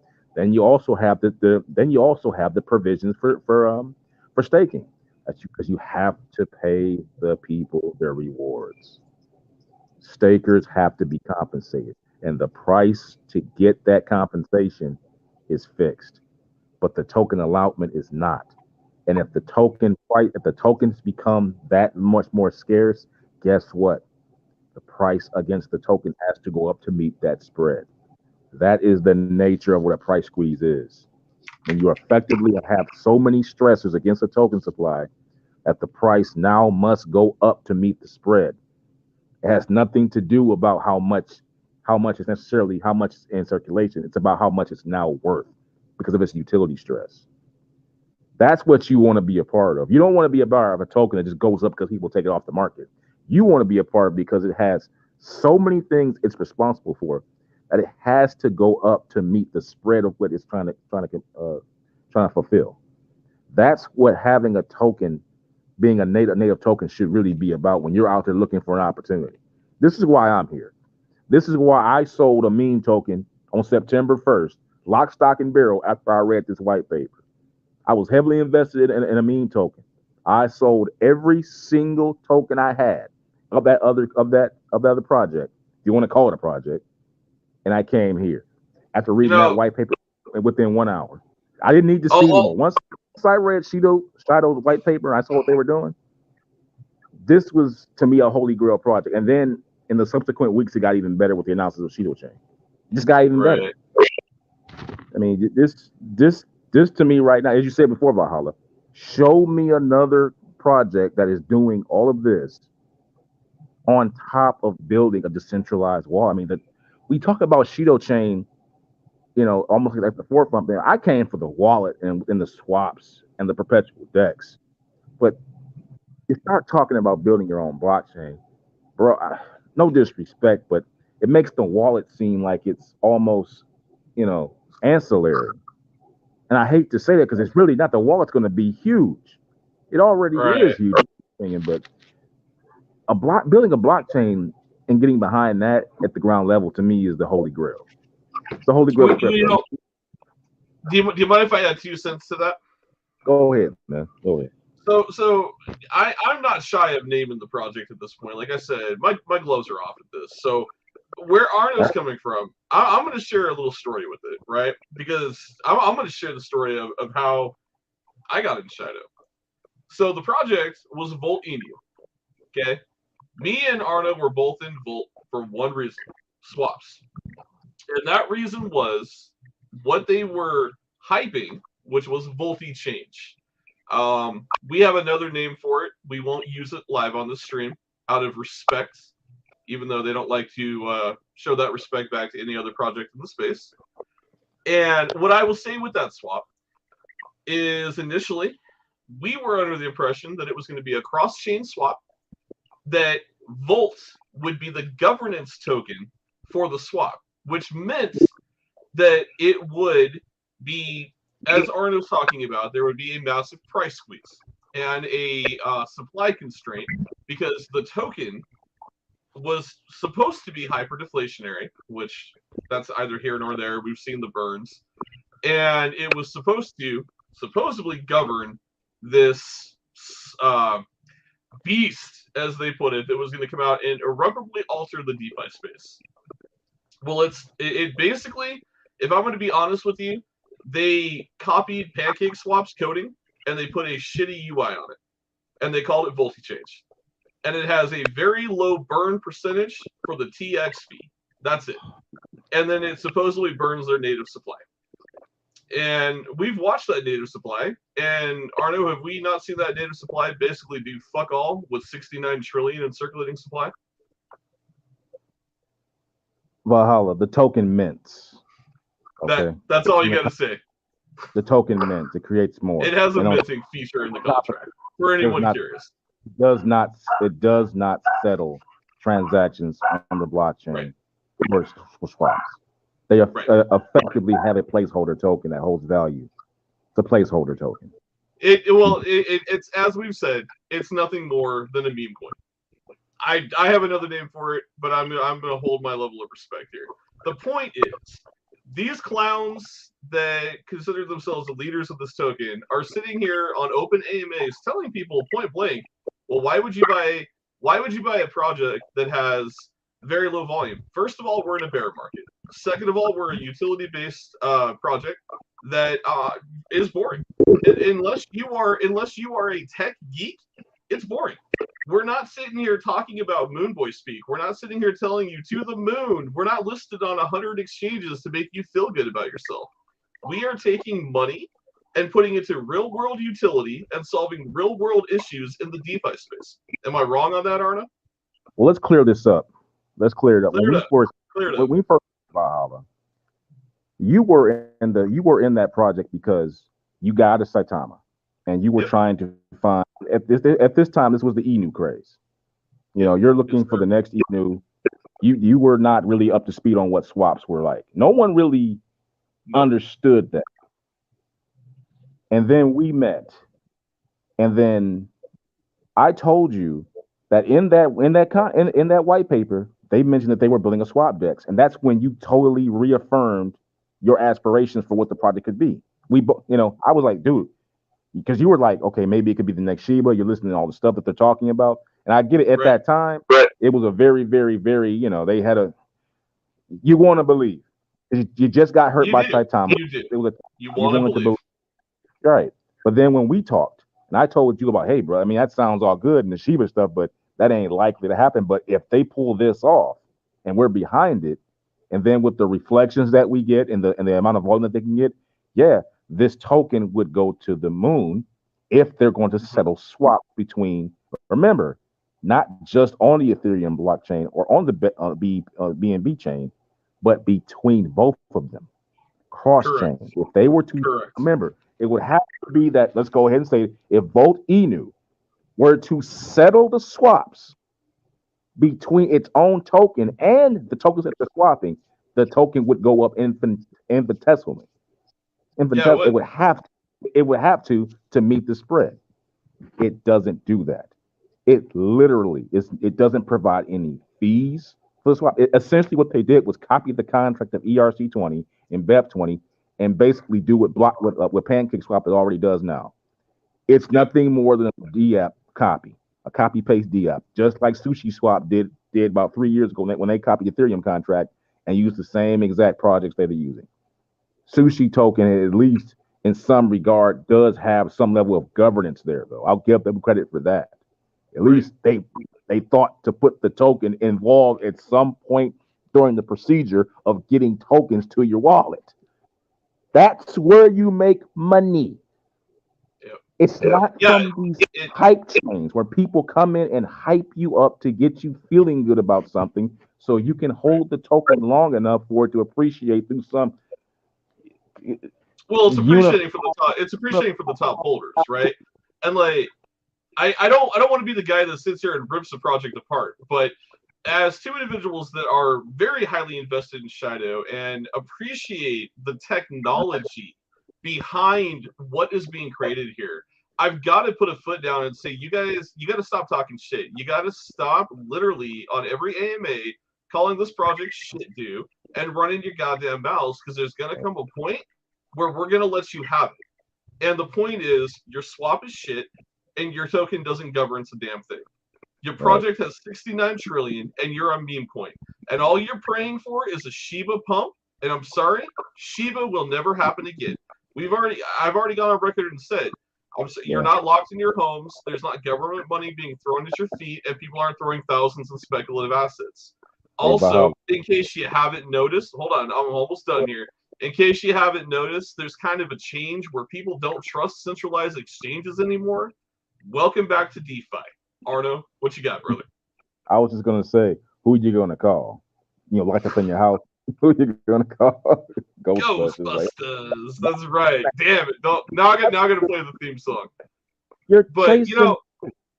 Chasing ghosts when you're looking for a Shiba run in 2022, when none of the spice that went into that nicely made gumbo that got made in 2020 is even there. That gumbo is gone, bro. Oh yeah. It's long gone. It's long gone. That son of a bitch is long gone. And the thing is, it was a nice tasting gumbo, bro. People that got in early on that gumbo, they ate hearty, they ate well. But guess what? They're gone. They're gone. Yes, they are. And it ain't coming back. So it's just the premise point, right? Is you guys can run your mouths all you want. You can say whatever the hell you want about Shido. But at the end of the day, Shido, like Ethereum, is solving a problem. Ethereum solved multiple quadrants that had issues in the crypto space, and they presented solutions. Shido is solving its own particular quadrant of decentralized finance and banking, right? And the other funny part is I hear from these moon boys all the time in this project of like, well, how would you cash out your crypto if you don't have a centralized exchange? It's called fiat on and off ramps. Mercurio, other third-party entities, all linked into one centralized application to solve that problem. Oh, and mind you, also our Visa MasterCard that is actually way more advanced than most cards out there. The only other card you could compare it to would be Crow's card. And I don't have to lock my assets on a centralized exchange in order to use it. Not your keys, not your crypto. So get out of here with your bullshit. And to me, it's not even personal. To me, it's just it's not personal. Now let me finish this because you're giving people the wrong information about what cryptocurrency and DeFi is about. When you start saying blockchains don't matter, when they are literally the universe for crypto to exist. You take it away. Without it doesn't exist. Right, let me finish. You're right back at the bank, filling out your ledger, trying to get that stuff ratified there, making sure your funds are there. Guess what? You just traded yourself back in another FTX situation. What if that goes insolvent? What if the next bank goes insolvent? It's the same thing. A bank by any other name is still a bank. A centralized exchange, as far as I'm concerned, is a bank. They take your tokens and they lend against them. That's what banks have been doing for thousands of years. Since before Christianity. Okay, banks are older than Christianity, people. They really are. It's not going anywhere, but we are. You want to keep the system, fine. Let's go here. Decentralized finance is not something that you can go out here and arbitrarily talk about as if it's just something that you can cherry pick and say that blockchains don't matter. When in actuality, they are literally the foundation and framework for decentralized finance. This is how you solve the double spend problem. This is how you get consensus without having people to have to verify your funds. Yep. This is what frees up people to be able to have their money and have your cake and eat it too, while having someone watching over your shoulder. And this is what Nakamoto envisioned. This is exactly what he envisioned. Exactly. And it just goes, and then on top of that, to say that it's not going to be profitable. I mean, if you understand what price squeeze is, and you look at that's really uncanny. 10,000 TPS. That was off the top of my head, and he actually fulfilled. That's insane. But hey, we'll talk about that later, man. I'm glad I could be the genie in the bottle for you tonight, Arno. Wow. I've been saying 10,000 TPS for the last month or so. And dude, I really thought every AMA I've always pulled this up. I really thought you saw that, brother. I did. I could never see it. How long has this been up? This has been up since Shido Chain was announced, my man. No, I couldn't have been because he never went on. Yeah. He never went on the AMA and announced it though. Nope, nobody asked him. You know this. He's like Vitalik, man. Unless you ask the key specifics, he doesn't offer them. This was right on the website for everybody. I had the ability to get on the AMA as a. I know. Yeah, I know. I feel you.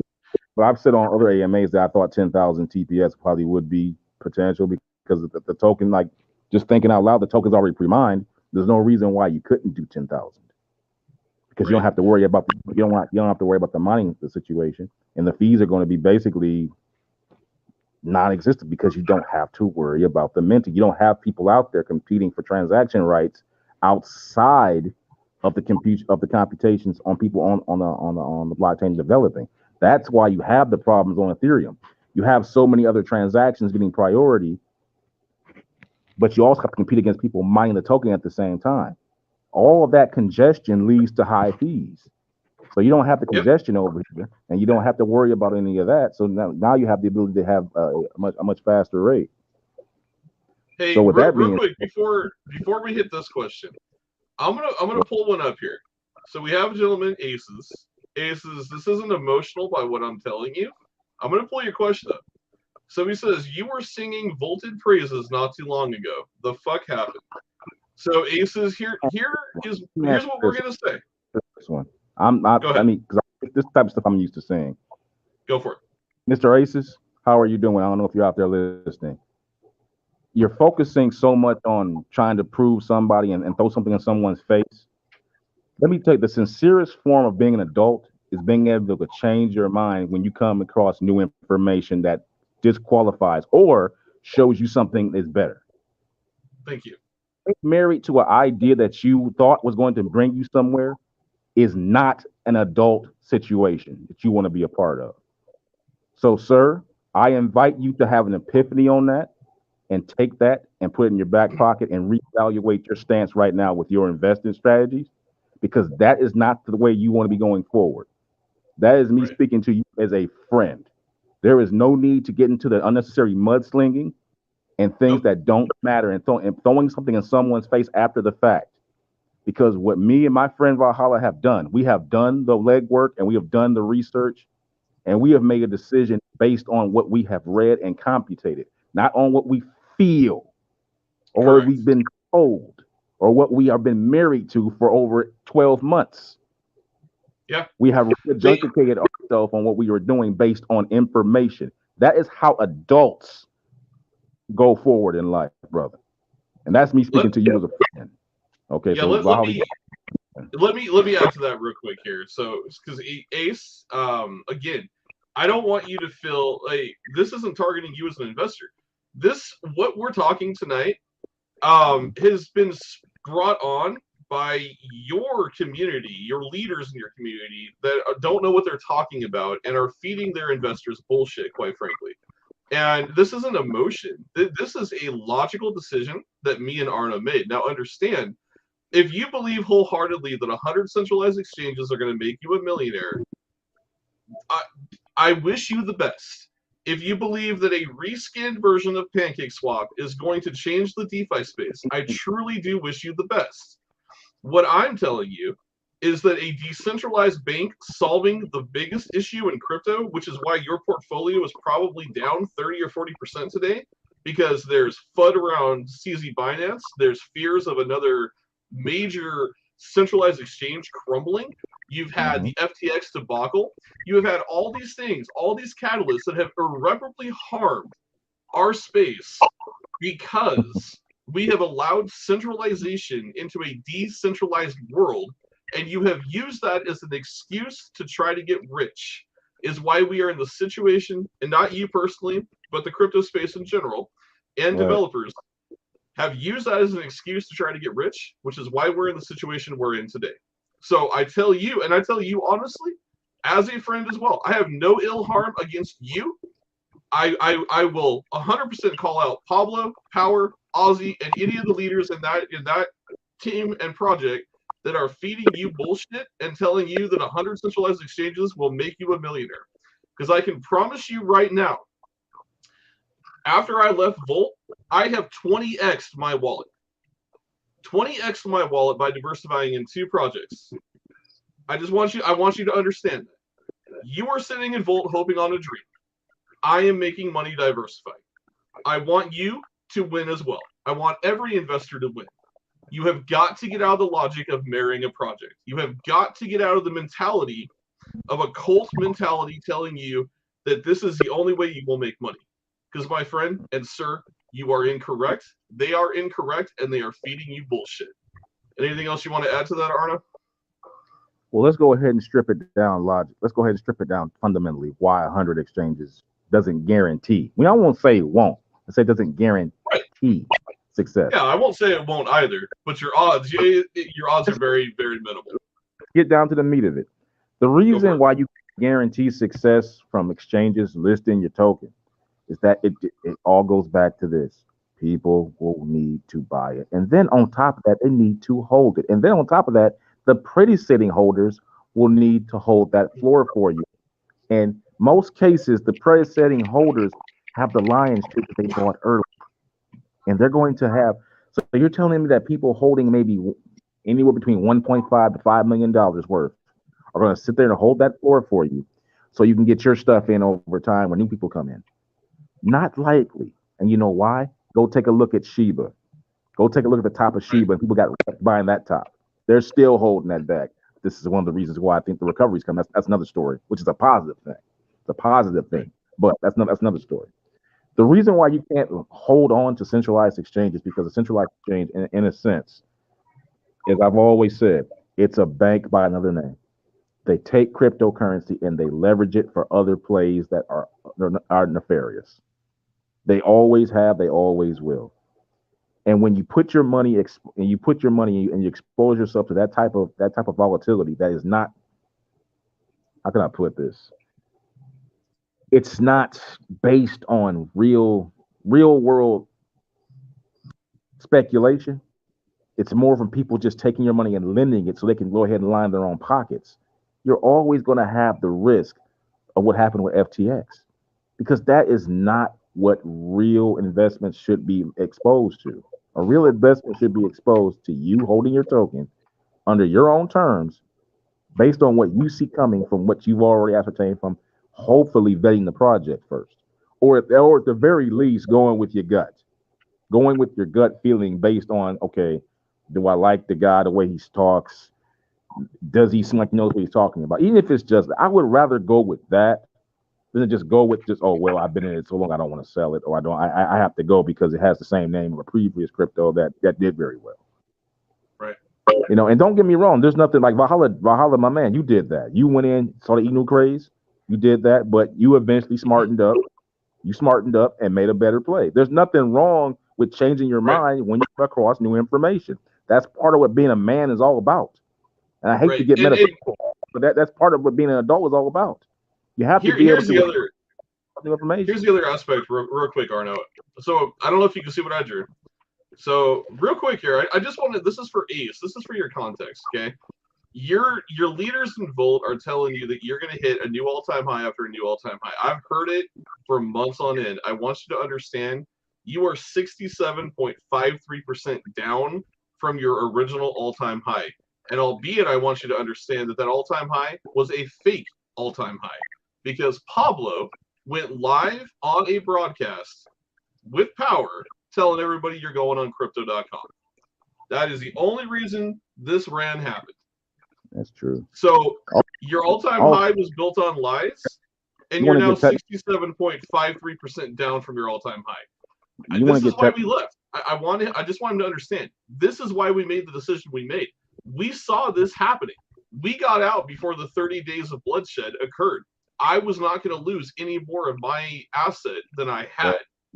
Well, I got to cut you off there. I didn't get, listen, I want to give the respect they deserve, because I didn't. There was a time I sold right at that peak at about September. I didn't sell because it was going down. I sold because I read, I want to give Shido its flower. I came here because of them. I didn't come because my bag was losing. I came here because I read the white paper. It took me 1 hour. Once I read what Bjorn was doing, I watched one of his backlog AMAs on YouTube, which you can go look at right now. I encourage you to do so if you haven't already. And that's all I needed to see. Volt, I have always said, I say it again, if you have a token doing something and settling something, you will make money. Their problem is it's been revealed now that their token does not. So now I'm glad I left. I didn't know it was going to fall to this level. I had no idea. I just thought the path to profit would be a much greater one here. So that's more a point to what Shido is doing and more of a point to what they're not doing. See, to take it to a situation when you tell people that your token is going to go to the moon when it's doing nothing in a situation where now the DeFi space is coming of age is a disservice. The time for games is over in crypto. Tokens that are not going to be doing any kind of duty and facilitating some kind of something for someone in this space is not going to make anyone any money. It is going to be the tokens that facilitate a safe place, a safe haven for people to come here and speculate that will lead to other tokens doing well. So tokens that are of the meme variety can have a place. Right now, not so much. The meme token thing is not what we need. What we need right now is tokens that are going to build decentralized apps that allow people to come into the space and speculate with no fear of being robbed. Right now, we don't have that, but we soon will. And all I'm going to finish with it is, for the Volt community, if you're watching this, I want you to understand that for me, I don't hate you, but I don't appreciate your level of misinformation that you spread amongst your community. And you guys really, you need to take a step back and evaluate, because people, there will be a reckoning that will come, and there will be people. All I'm going to present to you is facts. I'm not going to get emotional. I'm not going to yell and scream. I'm not going to say that you're. I'm not. I'm going to present to you the facts. The facts are, you've lied to your holders. Your chart is not healthy. It's not organic. It's self-pumped by your dev team. And you need to learn to diversify, and people need to truly learn to do their own research. That's why I left. And that's why Arno left. It's that simple. We found what Arno will tell you is the holy grail of crypto.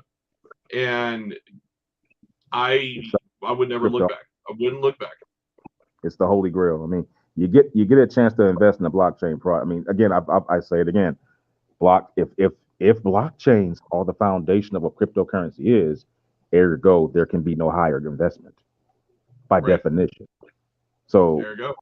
It's like, it's the bedrock. It's the bedrock of crypto. It's literally where crypto is formed and formulated. You can get no higher than that. So if you're behind crypto, that's going to be the native token to that. Well, guess what? A winner is you. Right. Yeah. We do have a question from the community that I do want to get answered for him. So Shido Queen was nice enough to pull this over. Question says, what benefit does staking provide the ecosystem? So the Shido ecosystem, not the stakers. Is it just a matter of keeping tokens out of circulation? I'll take it. He says, or do they contribute to a project in some other way? Go ahead. I'll take it. What's his name? I want to address the person. Does he have a name? Or? I did not get it. I did not get the individual's name. I can look while you're answering here. I will scroll up in our Telegram. What staking does is it allows Crypto Rex. How you doing, Crypto Rex? Essentially, what staking does, and it isn't just staking for Shido tokens, it's staking from around the crypto space. What allows Uniswap and PancakeSwap to be successful are people staking tokens to provide those centralized options for people. By staking your tokens, you're providing fees and governance for tokens to be able to be swapped on these decentralized applications. This is how we have decentralized finance. This is why it's when someone says cryptocurrency is a community act, in this way it is, because by people stake tokens, it provides liquidity on decentralized applications to be able to have these swaps. Without staking, we wouldn't have liquidity for you to be able to go into a token and get your allotment. This is why you have things like slippage ratings and things like fees. So the liquidity providers can be provided compensation, or should I say incentive, to stake to get DeFi going in the right place. Without it, you wouldn't have it. Because you have to understand, these tokens don't come from nowhere. Okay, you can't just go on a decentralized app, hey, I want this token, you get this much from it, and this comes out of thin air. No, people have to stake them and provide this liquidity so that they can go ahead and have these things. So staking benefits DeFi as a whole, not just any one project. But singularly with Shido, well, you hit on the head. And one aspect though, you are taking tokens out of circulation to be traded effectively, because essentially, if people are locking their tokens up through incentivization up to 30 days that they are doing right now, well, you can very much guarantee that people are going to want to get those benefits for 30 days, and you're going to have less volatility on that token. So it doesn't it's a part of it, but it's not all of it. But the main purpose for staking is to provide liquidity through all tokens throughout the crypto space. This is why people stake. They'll stake Ethereum. You'll stake Bitcoin. You'll stake as many tokens as you possibly can, because you want to get those fees and those kickbacks on it. This is why it's profitable. And the more you get on it and earlier to get on it, the better it is for you. I hope I answered your question, Crypto Rex. I think you did. He had to leave. He put in Telegram chat, he will rewatch and get his answer. But thank you, Arno, for taking that. Sure, no problem, man. Anytime. So no worries. Well, let's get back on track with blockchain, right? We deviate a little bit. I want this little nugget too. I'm just gonna put it out there for Volt Enu. And you know, and we talked about this at the. I'm just put it out there. Your support differential. That is the. Let me. What a differential is on support and resistance is the difference between resistance and support being stretched on a price that is ascending. Meaning that conversely, when it starts to retract, that support differential now expands, meaning it goes into a free fall. When the support differential starts to get up into the tens of thousands, which Volt E-News is right now, you can go ahead and look. Just go ahead and apply Bollinger Bands to it, and you can go and see differential for yourself. It is pointing straight down. When it gets into a true reverse pattern, which is already really is in, it doesn't have a significant amount of organic support, meaning that it can free fall, just like Saitama did, and I have the charts to prove it. I can back up what I have to say with charts. My friends have seen this. Valhalla has seen my charts. They don't lie. Valhalla lived it. Let's be real. Valhalla was there for the Saitama crash. I lived and rode that, and I can tell you that when I look at that chart, it gives me nightmares. So yes. But just logically speaking, you can see that the chart pattern directly matches. Yeah, there's no deviation, and the result is pretty much clear what's coming. So I'm gonna go ahead and leave it off with that. Since we're taking the gloves off, let's just get real about the shit. Forget the name calling, forget the mudslinging. I don't care. You want to call me a homeless person? That's fine. I'll accept that. That's fine. But what you can't do is differentiate from what I'm talking about. You can defame me, but you can't defame the facts. Right. I know what the hell. They can try to defame us, and they can try to talk all the shit they want. In fact, I'll tell you, and I'll go on record here, Pablo, Ozzy, Power, Roy Bueno, and anyone else that wants to argue the facts, you're welcome to shoot me a DM, and I will personally give you an invite link to an AMA, and we'll talk like gentlemen. We won't tolerate screaming and bantering and bullshit, but we'll have a conversation. Because here's the thing. If you continue to do what you're doing and targeting a project that is trying to change the DeFi space, I'm going to tell you that I have saved every receipt from the time that I've left to today, and I have absolutely no issues bringing them forward on a live stream, and your charts will take. I have you on record trying to tell people that you will kill our community. I have Power Right telling everyone that we will die within days and weeks. I have video and audio recordings, and I have all the receipts. If you want to play games, we will play them better than anyone else.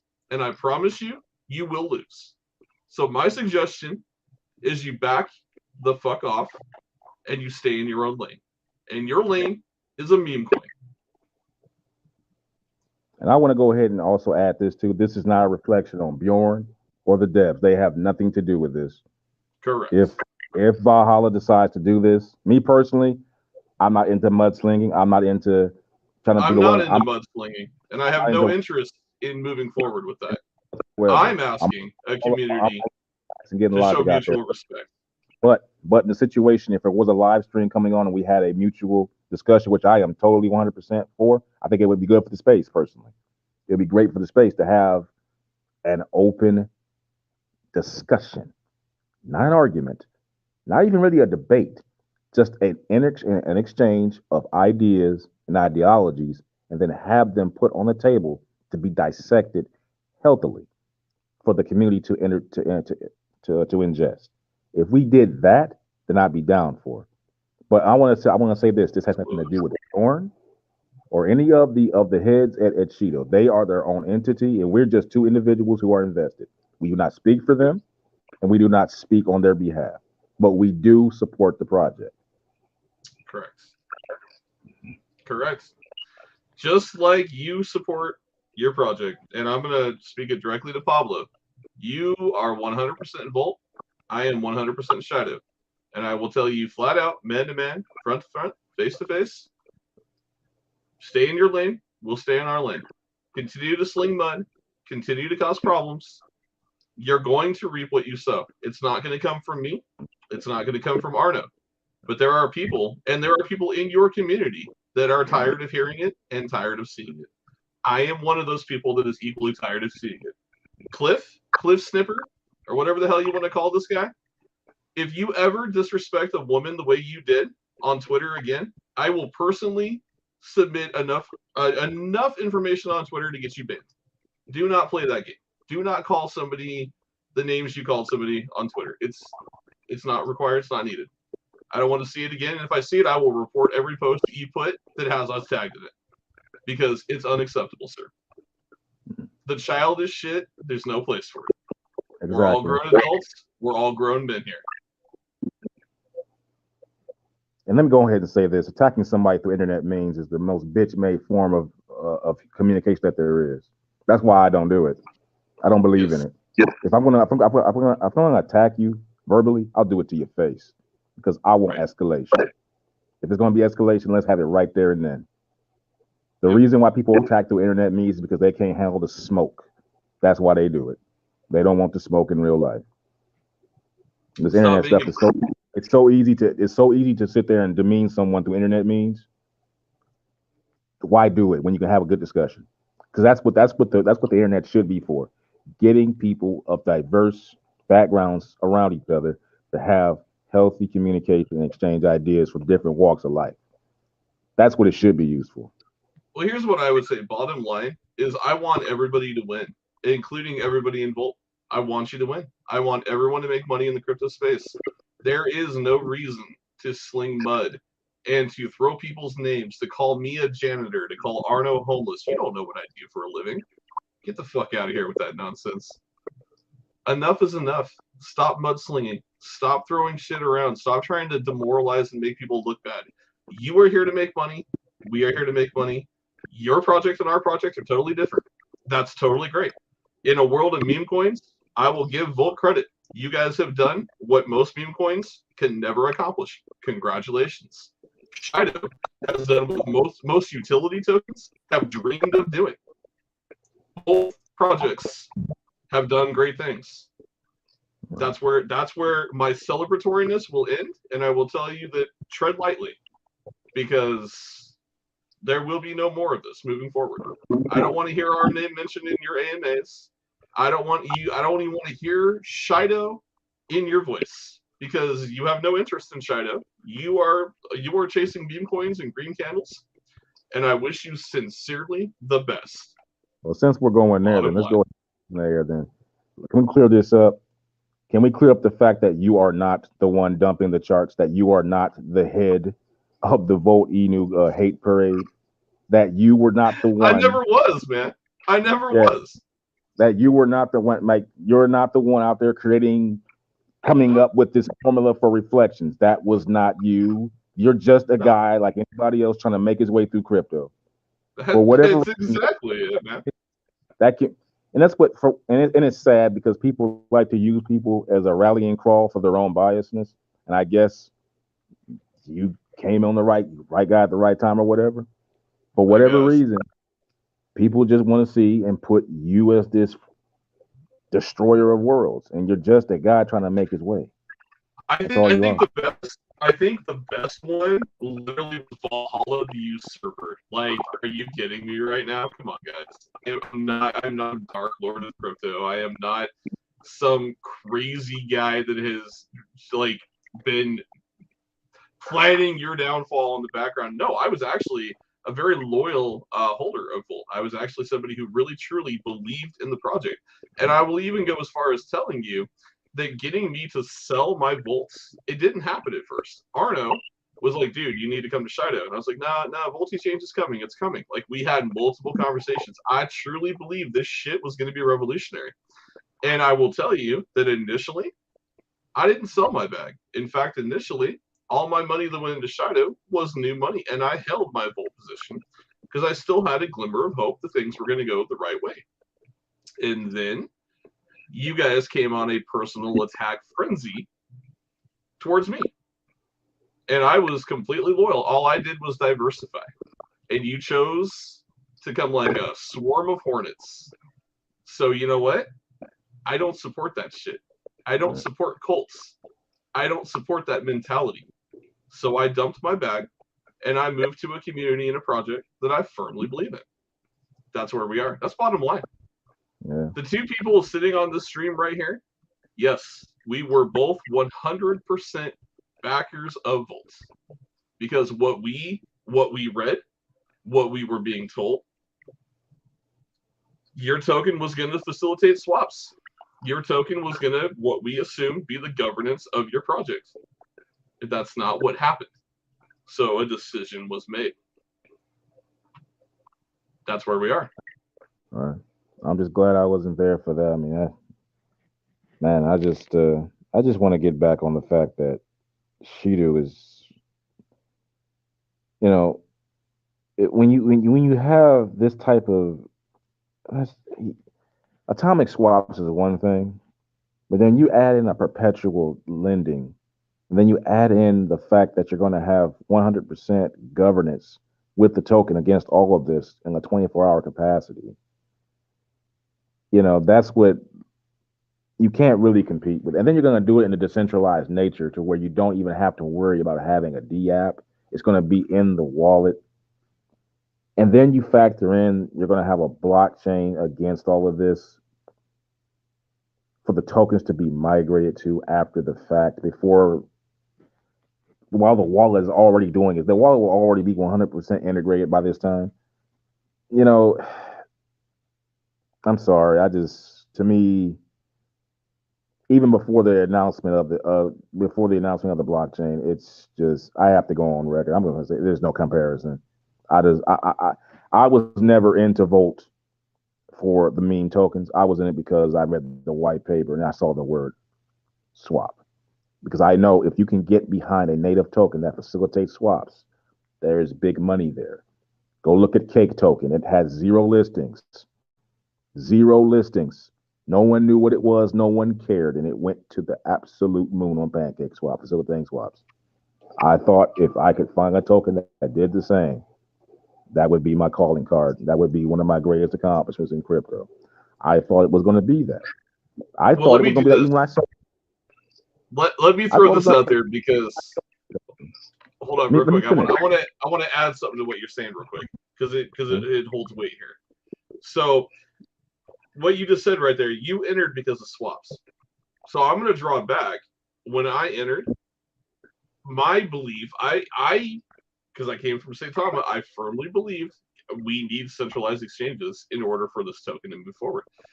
When I first got into Volt, I was under the same, I'm going to call it the same brainwash mentality that I'm looking for that Shiba. I'm looking for that, oh my God, they're on 100 exchanges. This is their goal. We're going to go to the moon, right? Then we started talking.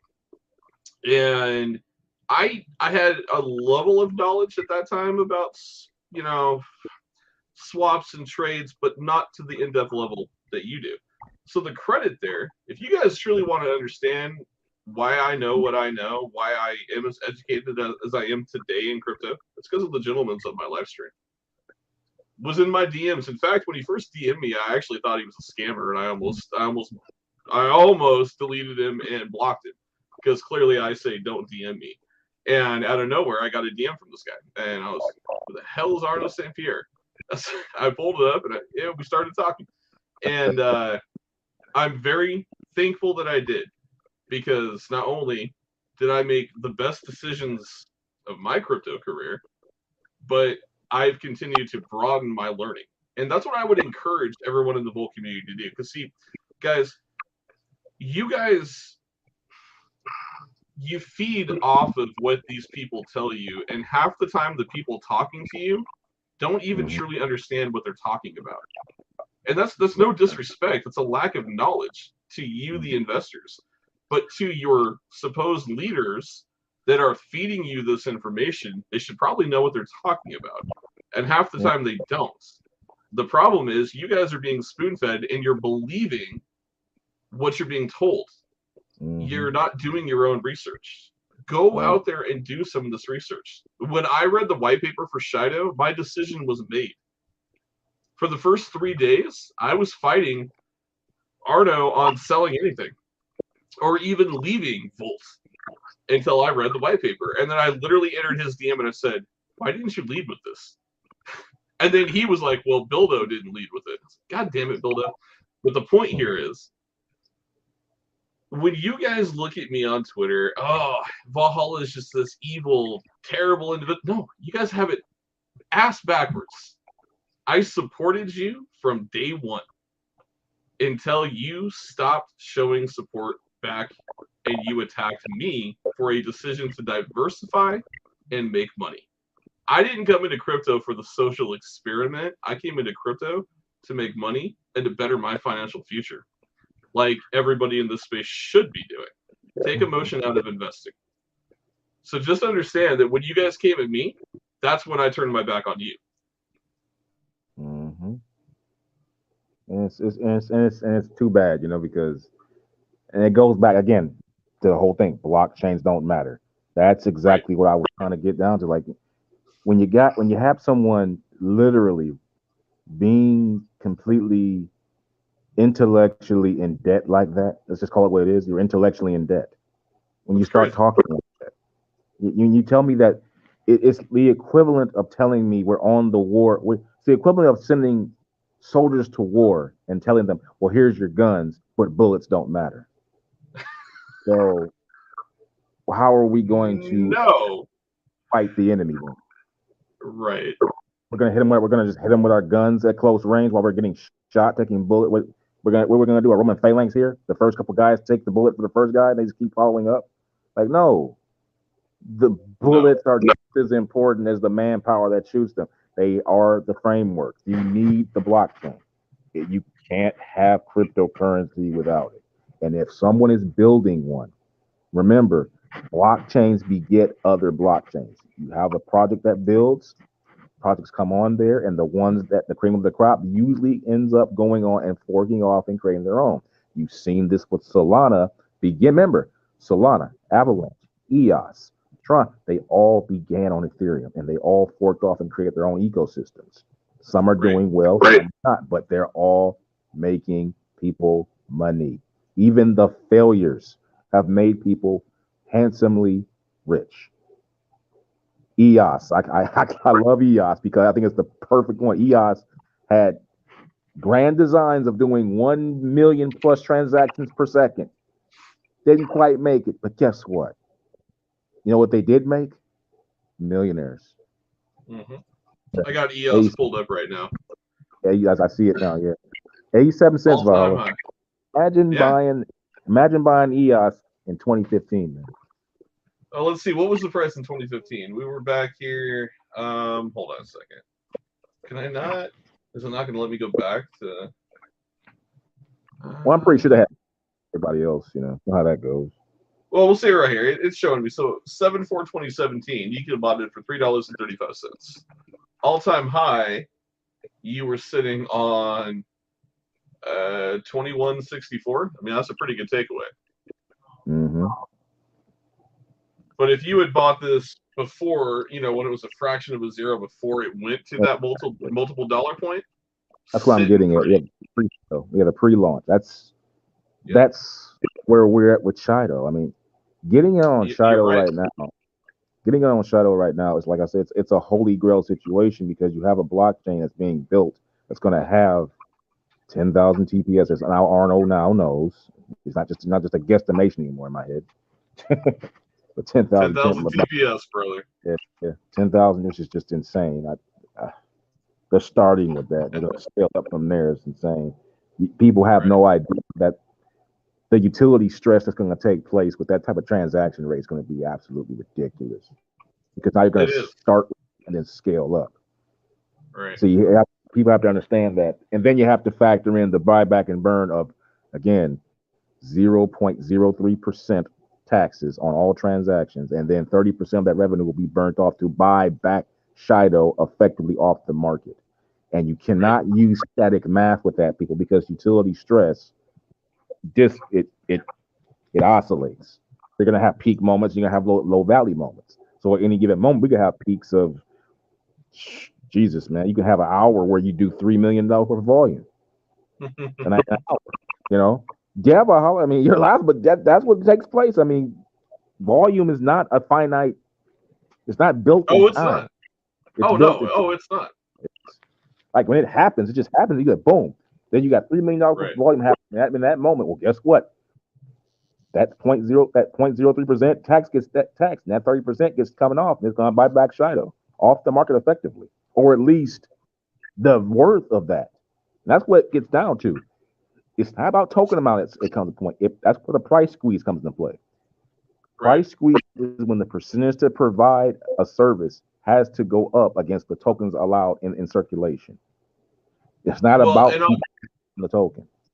On that, I was just going to say, take a look at because, you know, again, I don't want to, I want to sit here and preach on volts, but what I will say is they love to attack Shido's 24-hour trading volume. Mm-hmm. Well, let's be real. We're a utility token. We're building in the bear market, one of the worst bear markets, unarguably, since 2015. In a lot of comparisons, they're comparing this to the bear market of 2015. And if you look, okay, cool. We have $49,000 in 24-hour trading volume on BNB. We have $27,000 in trading volume on Ethereum. I'm not worried about either two of those numbers. Combined, we have $780,000 in liquidity. But the most important part, guys, that I want you to remember here and understand, this chart, this is all organic growth. There's never been a time that Bjorn has come in here and saved the charts. Not one time. Not a single time. And going with that, understand what happens when the blockchain drops, when all the utilities fleshed out. This number right here is low because it's boring. It's a utility-driven project. It's not Moon Boy talk. It's not a meme coin. This is for the diehard tech-savvy people out there. Go ahead, Arnold. Yeah, this is what I like to say, that diehard tech-savvy people. But this is the equivalent of investing in Amazon in 1995. When Amazon was doing fuck all, no one cared. No one cared about Amazon in 1995 because they didn't understand it. It's just a book company. They're giving books around. Who gives a care? And I look at them. Right. Because they kept building and building and building. But I also want to go ahead and say that this is for the tech people out there that know how to read charts a little bit. The Shido differential on support and resistance. Yeah, the price right now may be dipping some, but if you go look at the 90 moving support and 90-day moving resistance, it is ascending. What that means is the price right now is traveling in that window. It only has so far to fall and to grow going forward up in this little cycle it's in right now. So understand that the price right now is only moving this way because people are having short sales and playing the market. Remember, it's Friday. It's a swing trade day. These things happen. And I also want to put this out there too. The token isn't heavily listed. So therefore, the price impacts are going to be a little bit more, how can I put this, ginormous swings because the token right now is heavily listed. And for that very reason, it creates more price predictability because you don't have people taking it out and putting it on these crazy exchanges, and then just doing arbitrage plays. Right. I was going to say, but in 6 days, all of that changes. The DEX launches December 22nd. So today's price will not be tomorrow's price. Not tomorrow's price. Hang on real quick here. So Aces says, Arno, not throwing anyone or anything in anyone's face. Asking a question isn't mudslinging and being emotional. Just asking a question like an adult. You're correct, Ace. And you're good, man. Brother, you're good in my book. I have no negative things to say about you whatsoever. You are welcome on my live streams any day, every day. You're totally fine. Aces. We already know that, man. There was no need to. So you took it the wrong way, brother. That's what I'm talking about. The focus should be on information that we're talking about, not trying to, do a one-upsmanship. We already. If you know that I know that, then why are you responding like that? You should be talking about the information that's coming out. I think it was more confirming. I think it's more confirming, Arno. So that's why I'm saying there's no need to try to do the whole one-upsmanship or confirm something. Like I've got nothing. I called you a friend. I don't know you from Adam, so I'll just call you as a friend. Why not? I have a saying: you treat a man as he is, he stays the same. You treat him as how he could be, he can get a little bit better. And that's what I do every day. Okay, here's a good one. This is a good example for education. I'm going to read it We're going to explain to you why it's a reskin pancake swap because I want you to understand this. So, so to me, he said in Valhalla, who said 100 centralized exchanges are going to make me a millionaire? I'm not saying you're saying that. What I'm telling you is your leadership in Volt is telling you that. That is the mentality that your leadership is drawing to you. Got audio recordings that can prove that. That's besides the point. That's neither here nor there. Your leadership is telling you that 100 centralized exchanges are going to take you to the moon and make you a millionaire. It's not going to. It has a potential. If the stars align, it has a potential. Let's answer the question directly, though. Where I get what you're saying there. With that's nice. That's nice sentimental. But let's effectively answer this question. He said, "How is it a reskin swap when you can list Volta Change for free?" Let me tell you why. That's where I was going next. A reskin swap, Mr. Aces. If you simply go to the Volta Change and you click on the button, you can't swap. What is it? Voltichange.net? Is it voltichange.net? Yeah, since we're gonna go all the way, we might as well go all the way, man. We might as well go ahead. Right. This is calling it what it is. Huh? Voltichange.net doesn't work. I thought it was voltichange.net. Well, as you're doing that, let me go ahead and continue speaking on this. Go ahead. They've essentially copied the ERC20 contract and BEP20 contract, but you cannot swap between them. That's a bottleneck, my friend. They're essentially just copying Uniswap and PancakeSwap. B-Root, a cryptocurrency enthusiast, knows this. A man who is far more known in the space than I am has already confirmed this and said this himself. And then I had a chance to look at it for myself, and you can see the interface. If you can go to the top, pull right here. Yeah, I've already pointed this out to other people. When I first saw the interface, I said that's PancakeSwap. It's the same PancakeSwap interface. All you do is you go there and you switch between ETH and BNB side. But the point, but the takeaway is, the real takeaway for you, Ace, is that the token does not settle the swaps. It's settled in native currency. That would be Ethereum and BNB. My friend, if your token does not settle the swaps, it does not have effective exposure to the price action. What you're essentially hoping for is that they can get a lot of volume coming through, take that Ethereum, and then hopefully maybe even the BNB. God knows BNB and Volt doesn't get any love. They only talk about the Ethereum side. They never talk about the BNB side very much. But they'll take that BNB, that ETH, and then manually buy those tokens back and take them out of circulation for you. That's what you're going to be hoping for. I don't think he's quite understanding here. So Ace, let me touch this one more time, Arno. Yes, Ace, I'm not telling you that 100 centralized exchanges don't equal more volume for your project. Nobody is arguing that fact. Yes, there is the potential, but it's not a guarantee. Your leadership is literally telling you, hold your bag, and you're going to make generational wealth because we're going on 100 plus centralized exchanges. That is the mentality of telling an investor that SHIB is going to do it again. And there will not be a SHIB 2.0. It will not happen. Not in crypto today, sir. It focus on that potential, but it's wrapped up. That word is wrapped up in a lot. I think when you say potential, okay, where's that potential going to come from? It has to come from speculative buying. It has to come from speculative buying.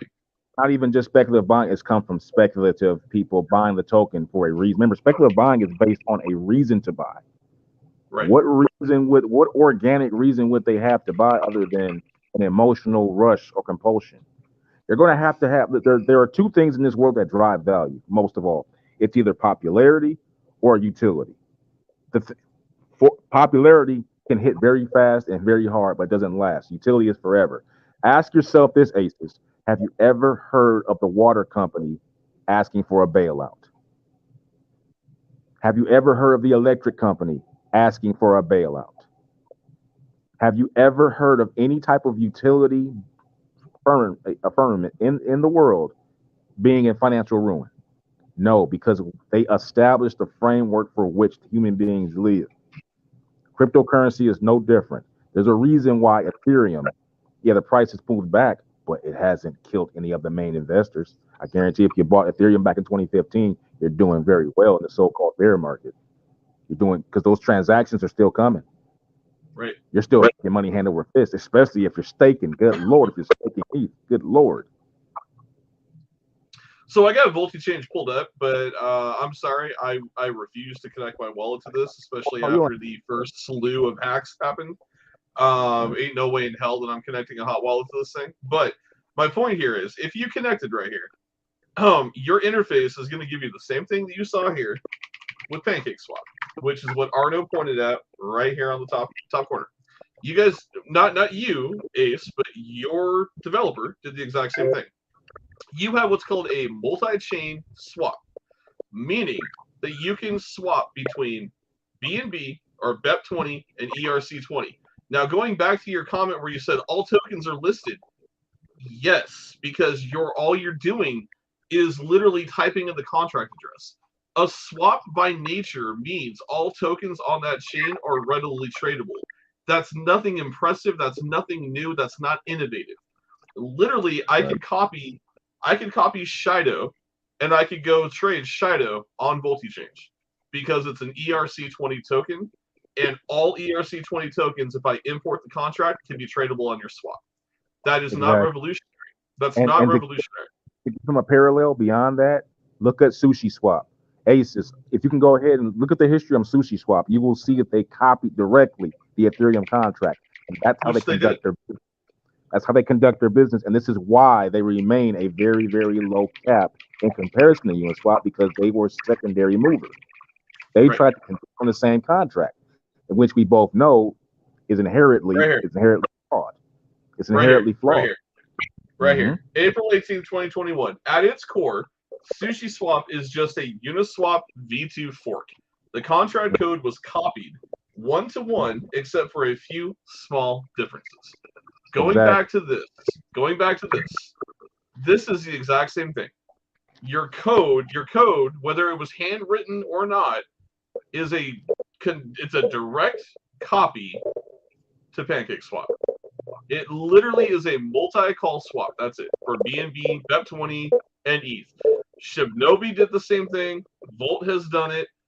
Uniswap exists. PancakeSwap exists. SushiSwap exists. So now, the only thing that VoltiChange had that made it different was your burn mechanism. However, your burn mechanism burns the transaction. And Motoshi has gone hard deep into this because he was legit curious what your burn percentage was. And I think he's seen like 15 cents here, 35 cents here, 45 cents there per transaction. So what you're essentially stating, and even with that small amount of burn, I'm not detracting from VoltiChange, but what I'm saying is you would literally, like, your rallying call is, well, let's have the entire Shiba community trade on VoltiChange. You're never going to capture that. Now, hypothetically, if you captured every SHIB holder, millions of SHIB holders, and had them all trading on VoltiChange 24/7, 365, hypothetically, yes, you would be able to dent their supply. But it's never going to happen that way. You have to take that into context. The token mints, Aces. That means the token a minting. It's inflationary, my friend. Meaning, even with the buyback and burn mechanism, even if it got to be robust, you would still be fighting a mint mechanism in the contract, my friend. It's really not. Let's see if I can find it in the contract. Since we're going to talk about it, let me see if I can find it in the contract. Let's see if it's readily viewable. It doesn't settle swaps. If it's not the native token to settle the swaps, it's not going to have a direct impact on the token supply price, my friend. If you're waiting on a buyback and burn, that means you're going to have to wait for the token to basically be depleted and people to hold it indefinitely. And then when you're still not understanding it. Go ahead. Finish. You're factoring in the fact that it's a 65 trillion supply. That is a lot of tokens to be sitting on exchanges for people to just happen to wait and buy, especially too now when centralized exchanges are right now the bane of the crypto space. Right. Nobody wants to go to crypto centralized exchanges right now, my man. Now, when you say potential, yeah, there's your potential. Your potential is wrapped up in the goodwill and the positive emotions of people buying a token that is 65 trillion and counting indefinitely, and then hoping that those top end holders don't dump on you on the back end. That is that's essentially what you're waiting for, because your token does not settle swaps. It has nothing to do with and on top of that, your token, your exchange is just that. It's just a fork of already established exchanges, and it doesn't even do cross chain, so that you don't even have that kind of trade volume. Because right now, cross chain swaps is what is wanted and needed. That is where the money is in terms of trades. People are tired of wormholing. People want to be able to go in between trades and get it in real time. You have Ethereum. I have a BNB token that I want. I want to cross chain swap and get into it effectively immediately, so I can take advantage of arbitrage. So can you explain cross chain?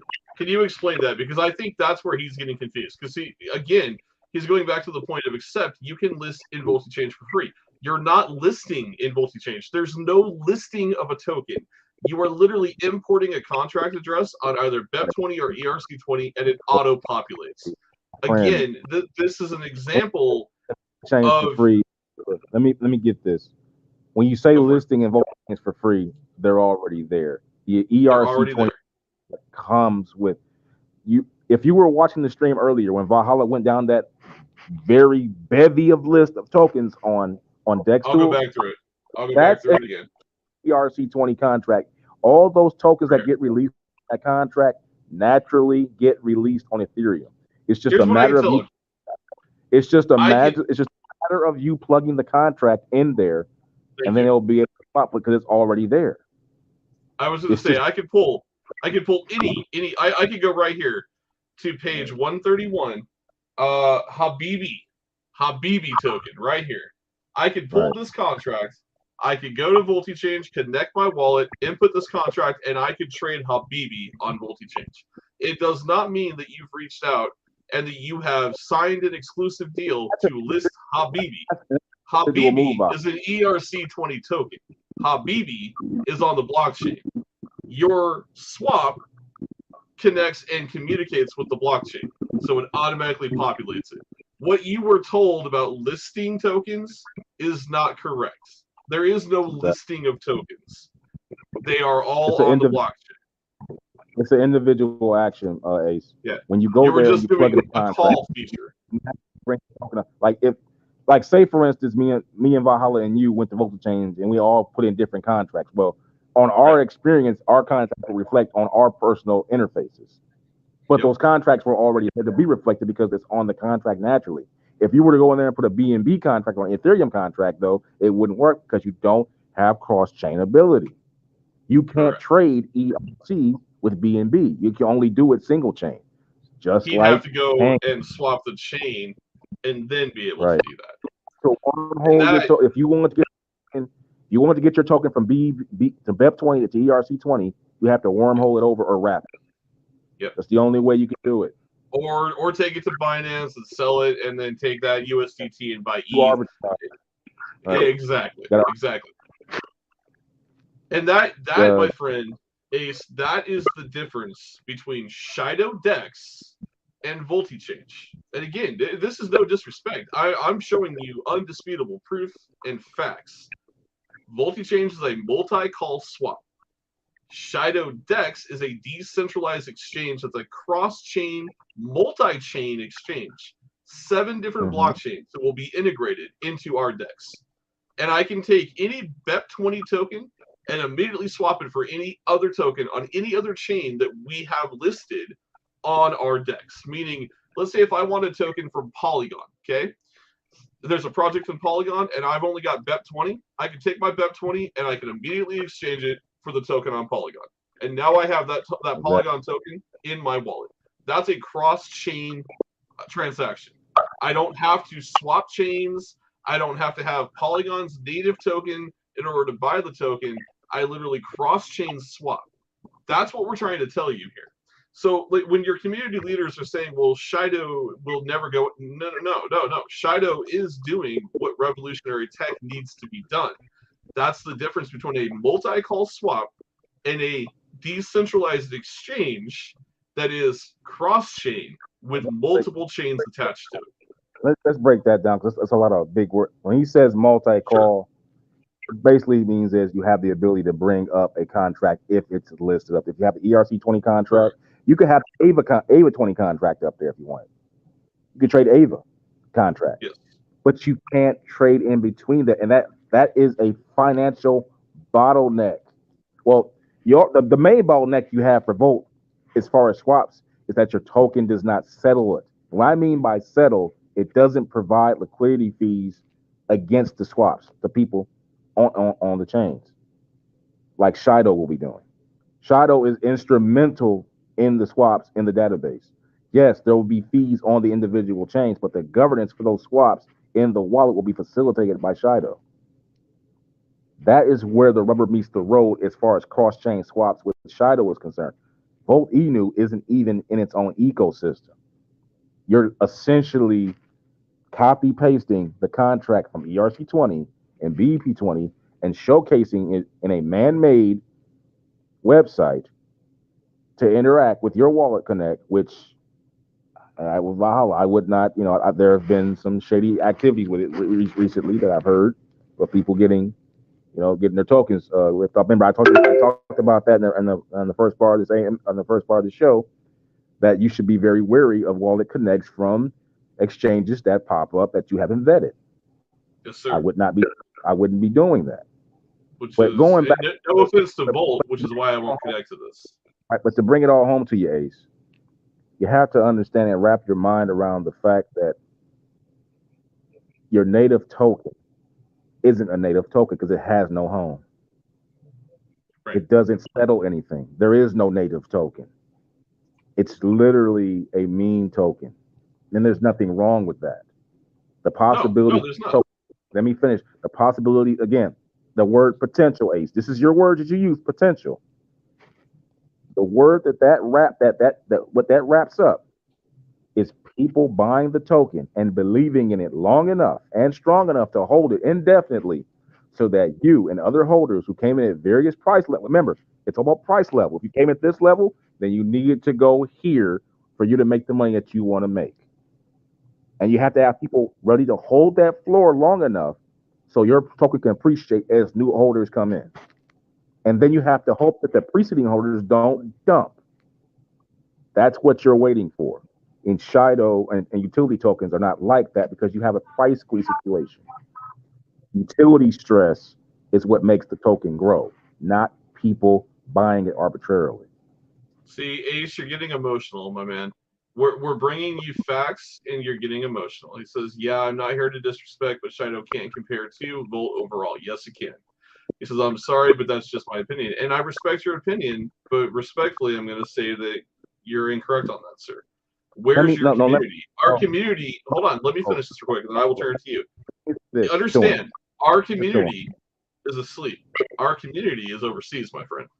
90% of Shido holders are European. Let's just be clear.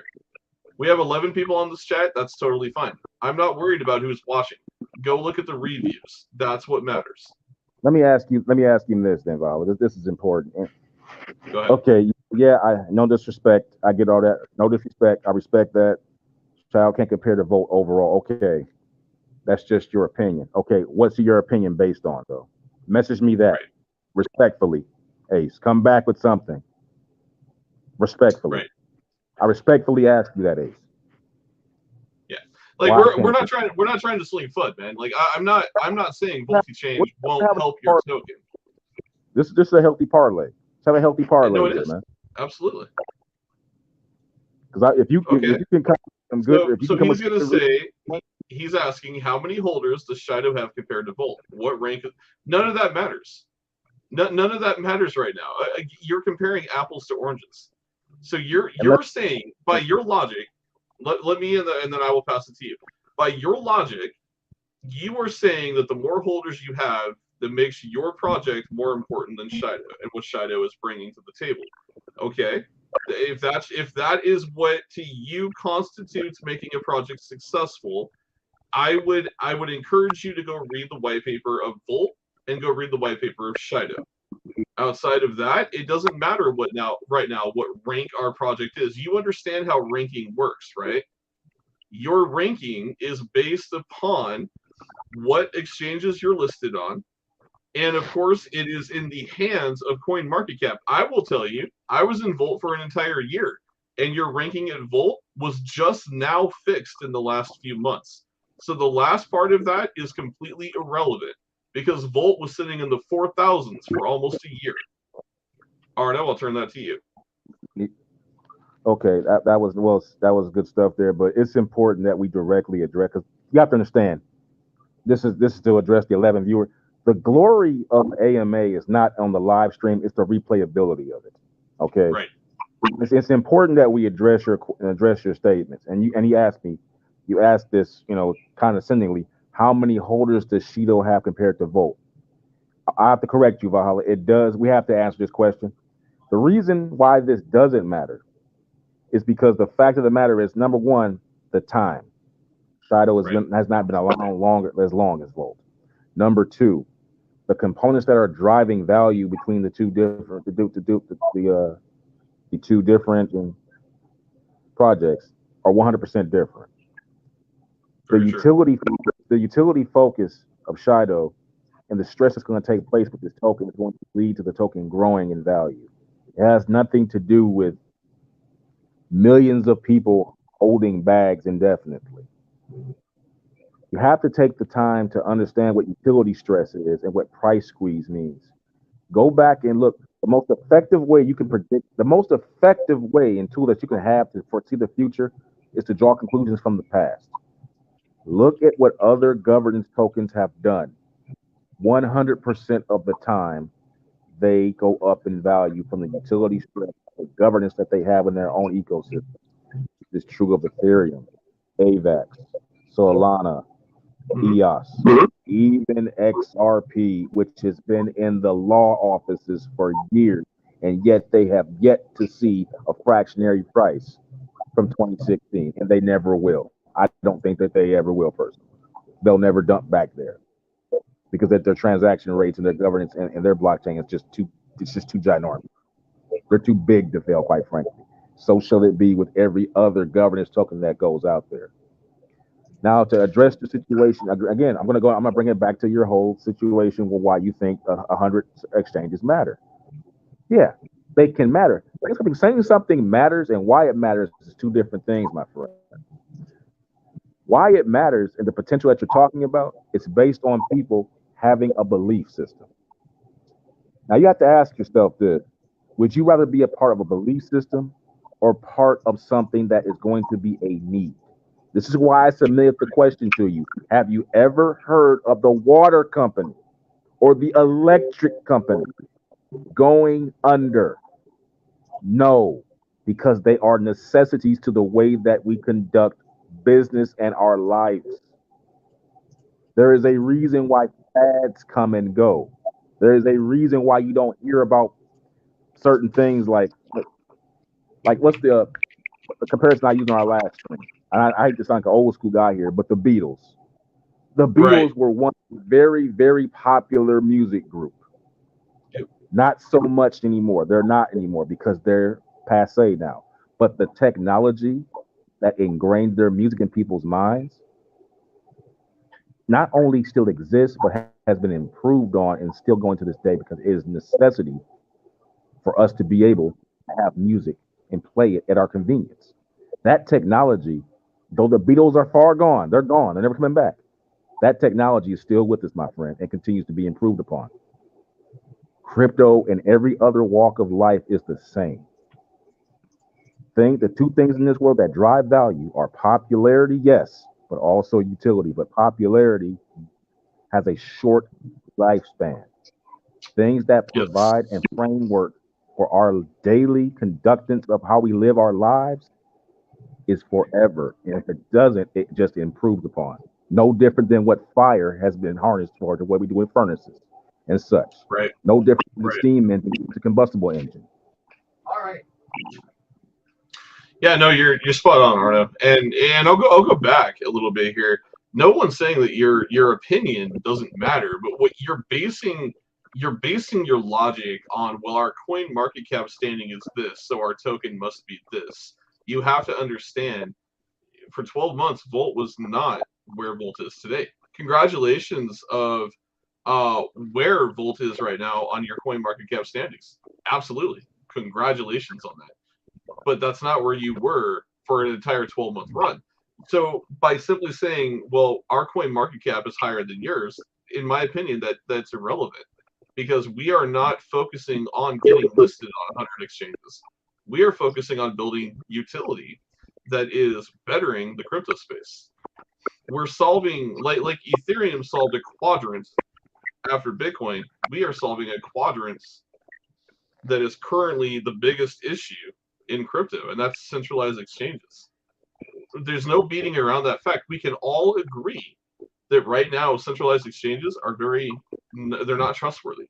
We can all agree that the FTX scandal shook everybody, and we can all agree that right now everybody's very uneasy about keeping their assets on a centralized exchange, and they have been for a long time.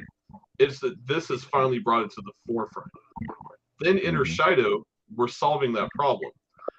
So you've got to look at it from a different context. Right. Yeah, price attribution through just people buying a token is. Hey, what's up, Ash? Welcome to the stream, brother. Hey, how you doing, man? Like I was saying, price attribution through people buying a token is the most rudimentary reason for crypto to go up. That's why most people get into crypto. They just want people to buy it so it'll go up. But what people don't, but the harder things to understand, again, this is why I made the comparisons to Validator about a month ago and how Ethereum project began. You go back and look at the beginning. No one cared not because they didn't want to care, because they didn't know how to care. They couldn't make heads or tails of it. Right. They didn't understand what was coming. Let me finish. Take yourself back to 2014. Decentralized applications. What is it? What's it gonna do? What's it gonna be? You don't know. Right. What is it? What is proof of stake? I've only heard of proof of work. You've only heard of proof of work at this point. Proof of staking. What is it? Nobody knows. But the people that took the time to go through the necessary the pain of learning and reading that thick Ethereum. I've read the Ethereum white paper. It's thick, bro. It's thick. But the people that read that and got it and that were early made bank. Okay. And the people who didn't, well, they probably still made bank, but they didn't make as much as the people that came before. Okay. I'm gonna address Ace real quick here. I don't mean to pause it. Ace, you got to stop being emotional.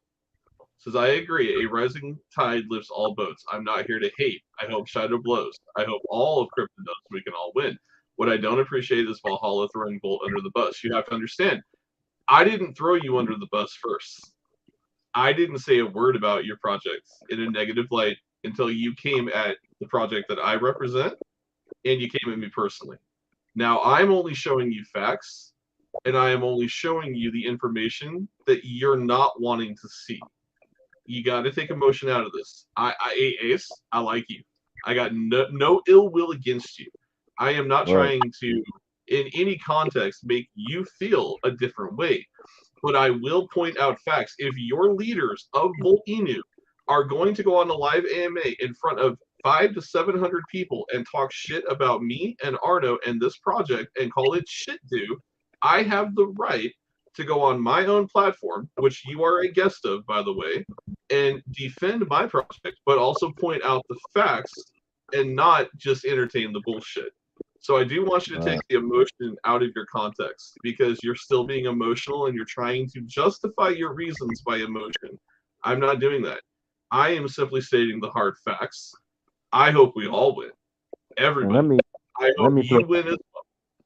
Let me throw this in here too. I want to, for any of the Volt Inu holders who end up seeing this video, and you Ace, that concerns you, you need to please think about the reasons why you keep pointing your distaste at one person. You keep addressing Valhalla. I've noticed this is the theme now on the I addressed this earlier. They keep making it as if Valhalla is the gatekeeper to your sense of dignity. It's almost like, you remember that old show Stump the Swami? Oh God, really? What this feels like. You feel like they have to come at you, whether it's through Twitter or through AMA, come on here and directly come at you as if you're the gatekeeper to their cryptographic dignity. Right. If that's even a thing. I mean, to me, it's more about what your token is going to be doing based on what the dev is doing. That's what you're really investing in. You're investing in the dev and his vision, not so much the tech. I mean, the tech is standard validity. It can be applied by anyone. And It's Ace, about what I'm just going to say real quick here, Ace, I'm just going to say the exact same statement right here can apply to your leaders too. Hash it out with the person or persons, not on the token. Don't come at my stream with the statement because your leaders started this whole debacle and your leaders continue to this day to do the same thing. I'm not saying you came at me personally. You're still getting emotional, Ace. I am saying the leadership of Volt in you, your project, decided to unleash a ridiculous amount of FUD on a utility project, and it made Volt look very stupid. I'm just being honest. Go ahead. Pull back. Hey, Ace, you seem to have skipped over my question to you. What was your opinion on why Volt Inu is so superior? Give me your reasons. Forget the emotional stuff and who came at who. That's easy stuff, man. Anyone can sit there and do that whole shock jock stuff. I'm having a conversation with you, my friend. Give me your reasons. Stop looking at Valhalla. Arno is talking to you now. Valhalla is not the gatekeeper to your cryptographic dignity. That's not what you've been sold. He's just a guy. Exactly what you've been sold. Just like me and you, flesh and blood. Give me your reasons, because you came on here. You made a statement, and when you make a statement like that, I'm going to call you at it. What are your opinions on why Volt Inu is this so superior token to Shido, and your reasons why? His reasons, the person, apparently. Are you referring to Voltoshi? Are you saying Voltoshi is your reason why you feel that Volt Inu is superior? Is that your argument? Let me ask you this. Is that your rebuttal, the person, Voltoshi? I'll give him more credit than that. I think that's probably maybe a typo or something. Maybe he put a message in. I'll give him more credit than that. Okay. I think he has. I think it's probably just because he wouldn't just say that. I don't believe. I would hope not. But just to get ahead of it, if he's going to say if you're just like I said, and I've said it before, when you really do invest in a cryptocurrency project, you are investing in the dev's vision, not the dev personally. And that takes a level of understanding and homework on your behalf, getting out there, reading the white paper, but also listening to his AMAs, habitually. It helps if your dev is saying the same things over and over again, and his actions are lining up with his words. It's funny in life. The things that helps a relationship work also help in business. If a person is being forthright and being consistent, it tends to help out in business as well. I have a saying: the number one thing in life that's hardest to do in life is to be consistent. To me, that's the holy grail of behavior patterns. Consistency. It's the one thing everybody in this world struggles with, whether it's dieting or working out or just having a certain thing of thought. Consistency is the hardest thing to do. And if your dev is showing you that, consistently building and fulfilling promises, whether he's giving dates or not, that's a surefire telltale sign to see if he's at least trustworthy. And then it's up to you to vet the exact destination of where he's taking the project from a technical standpoint, as we have here with Shido Chain, with all the list of connotations we have here, what the project is going to be doing. You can't just be going around looking at a project and throwing your emotions in and being married to an expected outcome that you thought you're going to have over a year's time.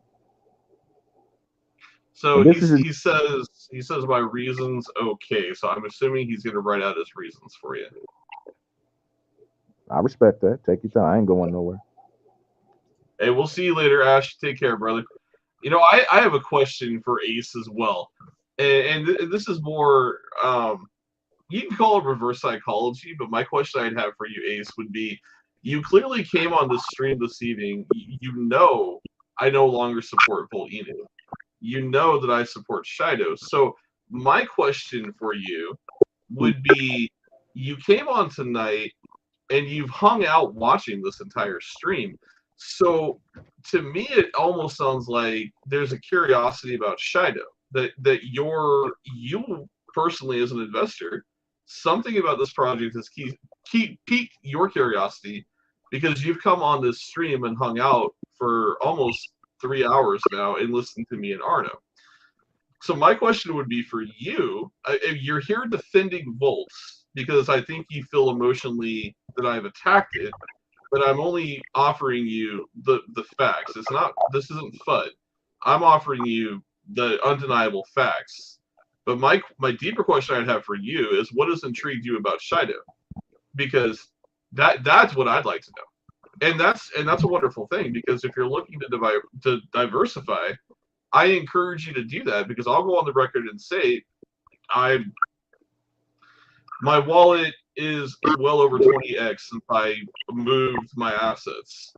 And it wasn't an emotional decision. It was a decision based on, as Arno will say, the road to prosperity was far better and far quicker than where we were previously. Taking all emotion out of this whole conversation, that is why I made a decision, why Arno made a decision, and my decision was influenced because I had somebody more educated than me correcting my understanding. So I go back to asking you, there had to have been a reason for you to come into this AMA this evening outside of the thought that Volt would be mentioned. So what was that reason for you, Ash? Okay, he says person was a typo. No, that's all good, man. You're good.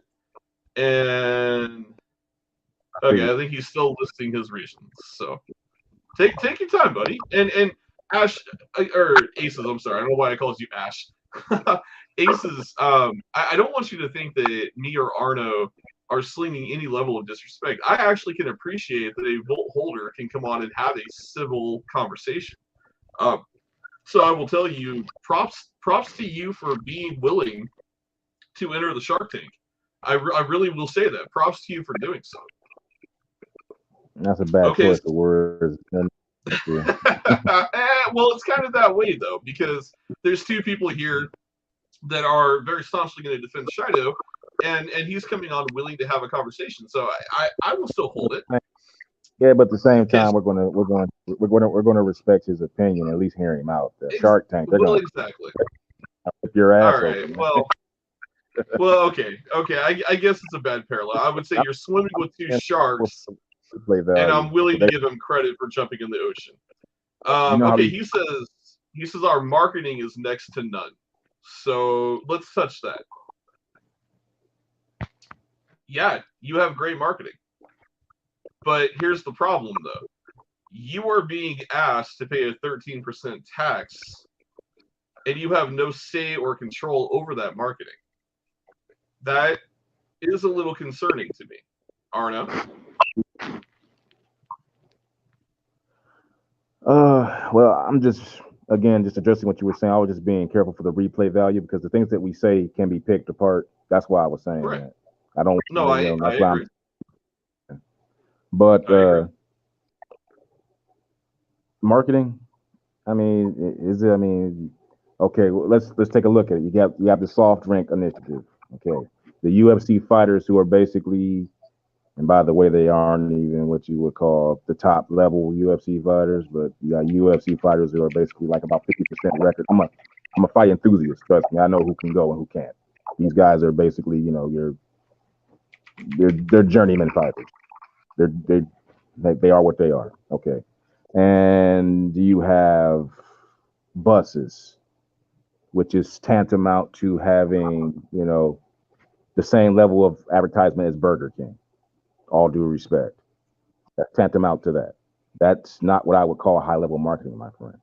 And again, you're talking about a 65 trillion supply token that has a 13% sale tax and buy tax and transportation and transfer tax. Transfer tax. Yep. Transfer tax. Now, I And will on say on the top, transfer tax, unless they're whitelisted, but there's still a tax from the exchange. So either way, you're still going to pay a tax. okay, well, there you go. I mean, but you still got to get it there. Correct. You still got to get it there. So, and then on top of that, too, the token mints. I mean, my minting is the token creates more tokens.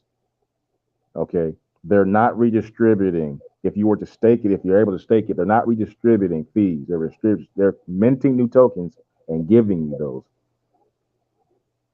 That's what that would be. So, and then and the only thing that you're going to have going for yourself is a 1% reflection against all of these fees. My friend, think about it this way: if I have a 1% reflection, but yet I get taxed 13% to get that reflection out, do I really make progress? You see, when I was in Volt, I was under the pretense that the DAO would allow the community to vote away the 13% tax. I'm actually kind of alarmed that no one in that community ever raises that point. Perhaps Ace, you could do it in their VC. How about you go there and raise the point that why isn't the DAO being allowed to take a vote to abolish the 13% tax? But typically, when the 13% tax is there to build your treasury and your marketing, and at the last time I checked, let me finish. Let me finish, my man. Particularly when you've already reached 120 million market cap, which is more than enough for your marketing and treasury to be completely solidified. If you had 120 million market cap, why you have a 13% tax after the fact, after a year's time? Why is it not being depleted? Why is the reflections not going up to help the community out? Because clearly you can afford it. The inverse should be going on. You're actually losing money. Remember, most of the people right now in Volt have just been holding for a recovery and calling it a pump. Well, yeah, it's a pump, but I mean, if you've been holding that bag for that 35 days of raid that took place in September, that's not exactly what I would call a gain. That's more of, take the win and hope that you can call yourself lucky. Pat yourself on your back for your ingenuity, for seeing what was coming and then taking your gain. But go into that chat and try to ask them, why is the DAO not being applied to vote down a 13% sale, buy, and transfer tax and increasing the reflection rate when you've already achieved 100+ million market cap? That should be the real elephant in the room. Not just that, but when you're talking about your marketing, right? Let's be real. And I don't know if you know this or not, but all your celebrities that have been shouting out Volt, I do want you to know they come from Memo.me. Again, screenshots if you really want to see that, actually directly from Voltoshi. And Memo.me, you can go in here and we can pick any celebrity. I could pick Donald Trump. And I could ask Donald Trump on a deep fake Trump. I could book him for $205 and I could ask him to shout out Boldinu. And he will read whatever script I ask him to read. And then I will get an embed feature and I can link it to Twitter, Instagram. I can use it on YouTube. I own the exclusive rights of it. Right. So here's hello there to Reyes. It's everybody's favorite president here. I want to say what a huge honor this is. Here he is talking about your wedding anniversary. Well, thank you so much. It's everybody's favorite president here. I want to say to Gene Anderson what a huge honor this is. So my point here is you can call this clever marketing. I call this feeding your investors falsified hopes. You're basically just paying a false cameo to read a script. Now, for an uneducated investor, they're going to see this and go, oh my God, Donald Trump talked about Bolt. I could go in here and watch this. I bet you I could find Elon Musk. Well, maybe not. Elon's smart enough to not do something this stupid. But let me go ahead and just stop. Let me stop this, because right now all you're doing is creating them. They're going to pick this apart, because if you don't provide a comparison for the cameos that they've already done, They're just going to go ahead and suppress it and spin it anyway. There's no point in going forward because they're not going to be able to. They're just going to say, "Oh, well." Right. Let's go with the next thing. He said, "What are we marketing? I mean, we're marketing a blockchain, my friend, and a decentralized wallet." And by the way, to bring it back to the burns that I was talking about, and the buy and sell tax. Well, Shido started with a 7% buy sell tax, but it's not that anymore. We've already reduced it by 1%, my friend. That's what I was trying to get to you about. I was going to bring it back to that. Our project is continuously had their buy sell tax there to incorporate money to get the treasury up and for the marketing, but only at the so-called low market cap they like to make fun of. They're already reducing the buy sell tax because it's getting their treasury already filled up for going forward. They don't need any extra money. It's going to be a 0% sale tax going forward. This is being done without a DAO. This is on behest of the dev. They're going to 100% get this tax down to 0 as we go forward before we even get to 100 million market cap like Volt did, which is astounding to me that you would have a 13% buy sell transfer tax at 100 million market cap. You don't need it for treasury and marketing because you've already had it. So the elephant in the room still remains. I mean, you can talk to me about all the ha-ha and the roo-ha and then the rah-rah, but when you really get down to it, you have to ask yourself, okay, the dev isn't doing it. Why isn't the DAO being put in place? Because in Shido, the dev is taking the initiative. We don't even have to even vote on it. So, well, not just that. The dev is listening. In Shido, Bjorn listens to anything and everything we ask. So if we ask, like for instance, the burn mechanism, I'll let you know. The burn mechanism of the DEX, that came from me and Bildo, a private conversation. We said, hey, why can't we implement a burn mechanism into the DEX? And Bjorn's response was, yeah, we can do that. Sweet. Why don't we do 0.25%? And then he came back and said, well, why don't we do more than that? Okay, let's do it. That is, to tell you, man, Ace, is one thing, brother. If you take anything away from this conversation tonight, and again, I hope you understand, hey, we're totally having an open, civil conversation with you, and we appreciate that. But what I would encourage you to do is ask questions, right? So we're talking about a project that literally you can ask the dev. You can ask the dev any question. There's no hiding. There's no secrecy. That for whatever reason, Voltoshi wants to be mysterious and kind of come across as some very, I don't know the correct word to use here other than unknown hacker, and it's a little disturbing because the liquidity isn't locked and you're just simply trusting this guy. And some of the video footage I've seen kind of really sends the wrong message to an investor, especially with that information being prevalently known. But my point here is Bjorn is doxxed. Shido is a full LLC company in Sweden. You can track it. You can pull all the documentation. You can pull all the information, right down to exactly where the office is in Sweden. You can track every part of this team. And this team isn't worried about that because there's nothing for them to hide. This is a blue-collar dev who is building the project in his vision, very similar to Vitalik Buterin. In fact, I would compare Bjorn to Vitalik over anyone else in the DeFi space or the crypto space in general. And the fact that, he's taking the community's advice. He's constantly updating the wallet. He's taking the feedback of the project as we progress and move forward. And anything that you want to see that makes sense, he's totally willing to implement it, which I think is outstanding. I will take that over a mysterious dev that I have no idea who they are or what their true intentions are any day. I don't want to play the mystery game. I want to know.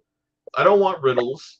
I don't want to guess for 12 months what's going to happen with my investment. I want to know where we are, where we're going, what's on the roadmap, what has been completed, when it's launching, and then what's coming next. And that's exactly what you get in Shido is 100% crystal clear transparency.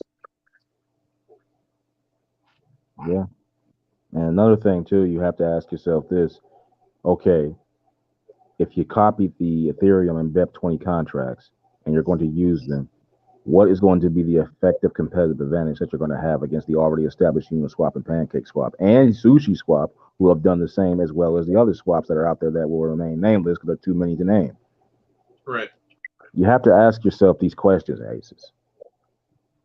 These are the things that are going to get in the way of you making money in the space when you don't ask questions that need to be asked when they present themselves.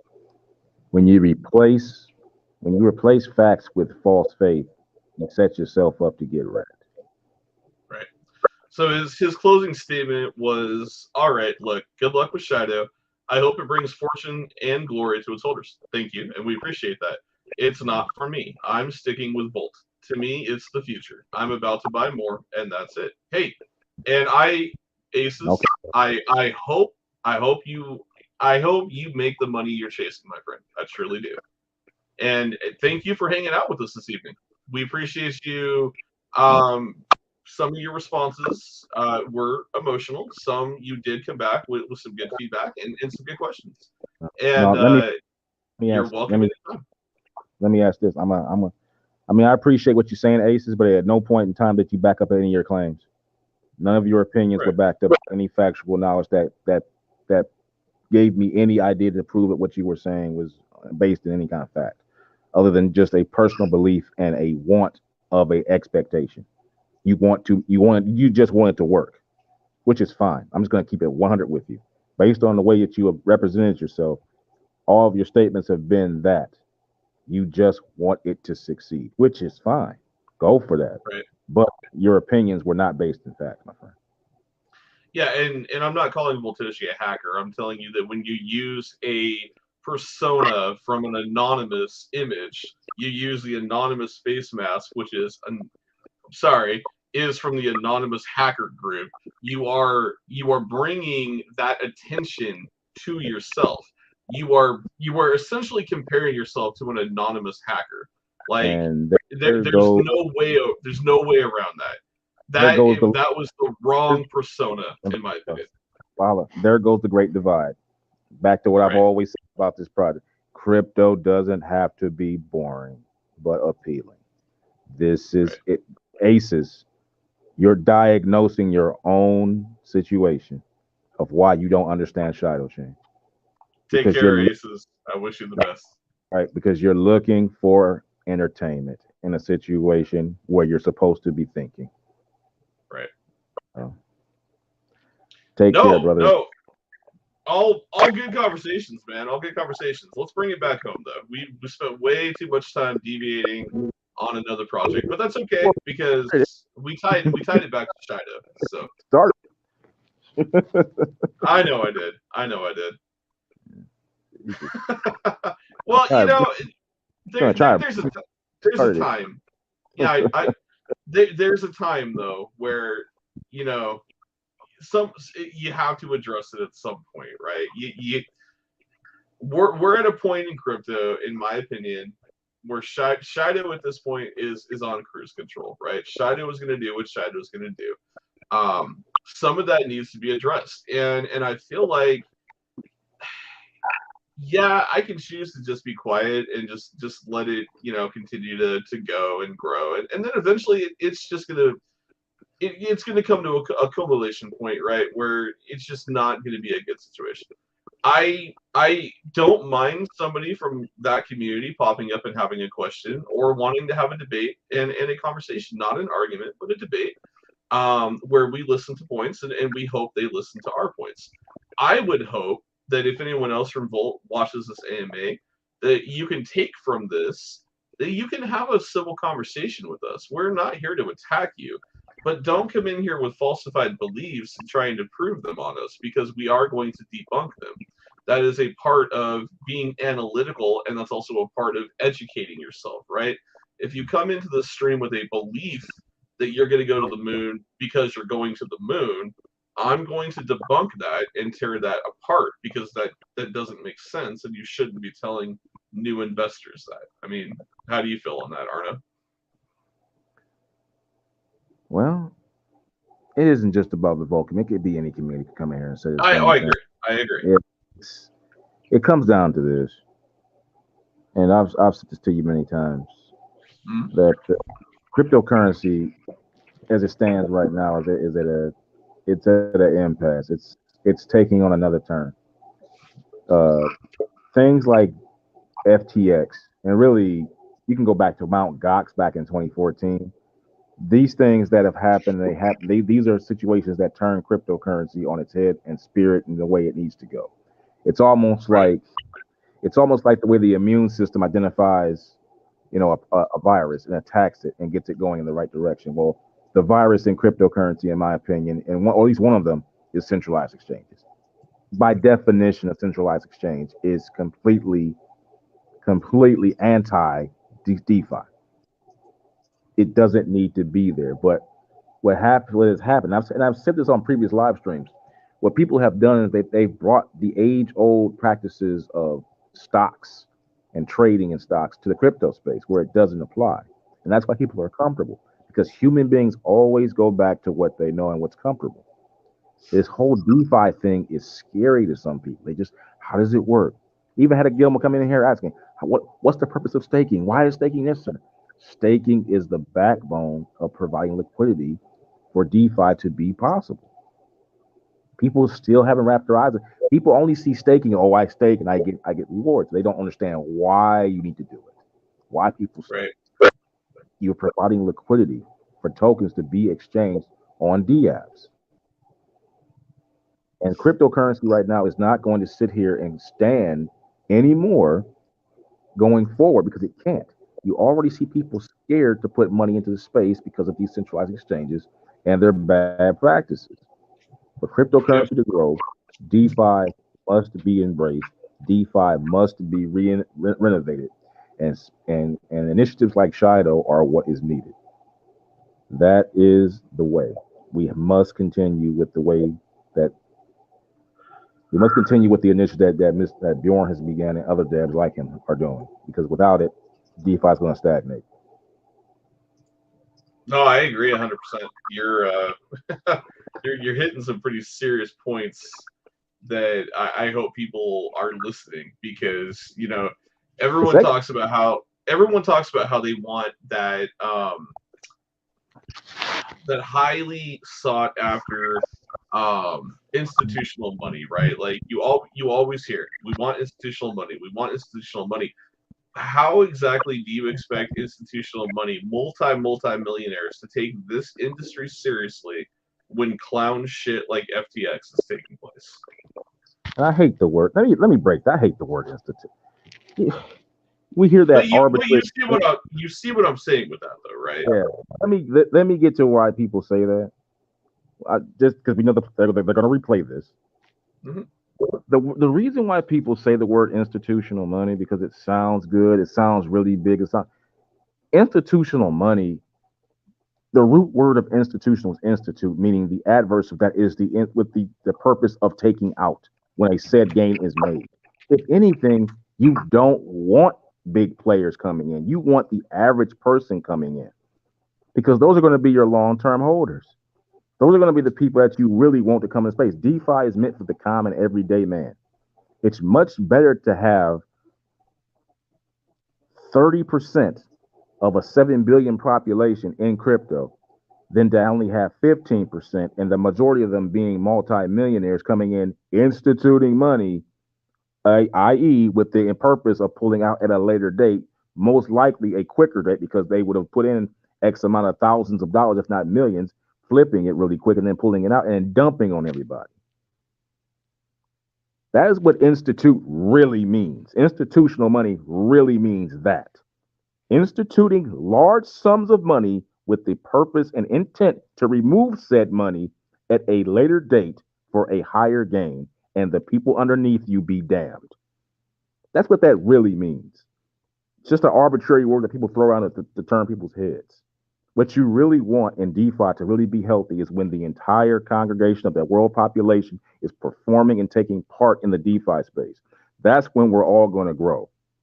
Because keep in mind, I say this a lot. If you go out and look at the global retail economy, my man, is in the multi-quadrillions. Why is cryptocurrency the number one financial avant-garde in the world? is only worth $800 billion market cap. That's insane. We should be in the multi-trillions right now. But because of all these ridiculous practices with centralized exchanges and all of the bottlenecks that are in play with all of the government regulations that keep people from putting money into space, we can't keep the market cap going. We should be at the very least right now at a 6 trillion market cap, my man. At the very least. We have to recover at least $4.3 trillion from last year. That's a recovery. You got people out there holding bags, waiting to get back up to their level. That's what a recovery really is, people. A recovery is when people are waiting for their bags to get back in and they're DCAing the entire time. And then once you finally have capitulation from people from outside the space coming in, their bags are then refilled and then they begin to get a positive sentiment and they continue to put more money in. And that's when we get new holders and we get new people coming into space and the market cap grows. That is where recovery is, and that is where a bull run is. A recovery doesn't just happen because it happens. It happens because people are still holding bags. By definition, if you didn't have that, crypto would fall to nowheresville. So for that to happen, we must have clarity. And that kind of clarity is going to come from DeFi options like Shido and what they're providing.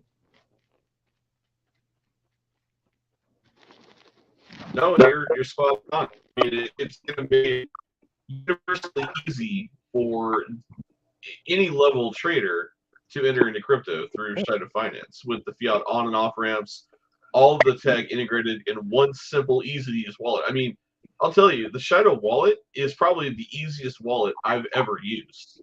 Dude. Period. Dude. That's all I can say. I mean, man. let me give you my example from Trust, okay? Yeah. So, and I've been in crypto now for a long enough time that I'm pretty tech savvy. I did not realize that in Trust, when you first create your Trust wallet, you have to choose BEP20 or ERC20. You can't have both tokens appearing in your Trust. Nope. I was like, what in the hell? Why can I not get my BEP20 Shido to show on the list of all my other damn assets on the same? Like, what the hell is going on? It was driving me nuts.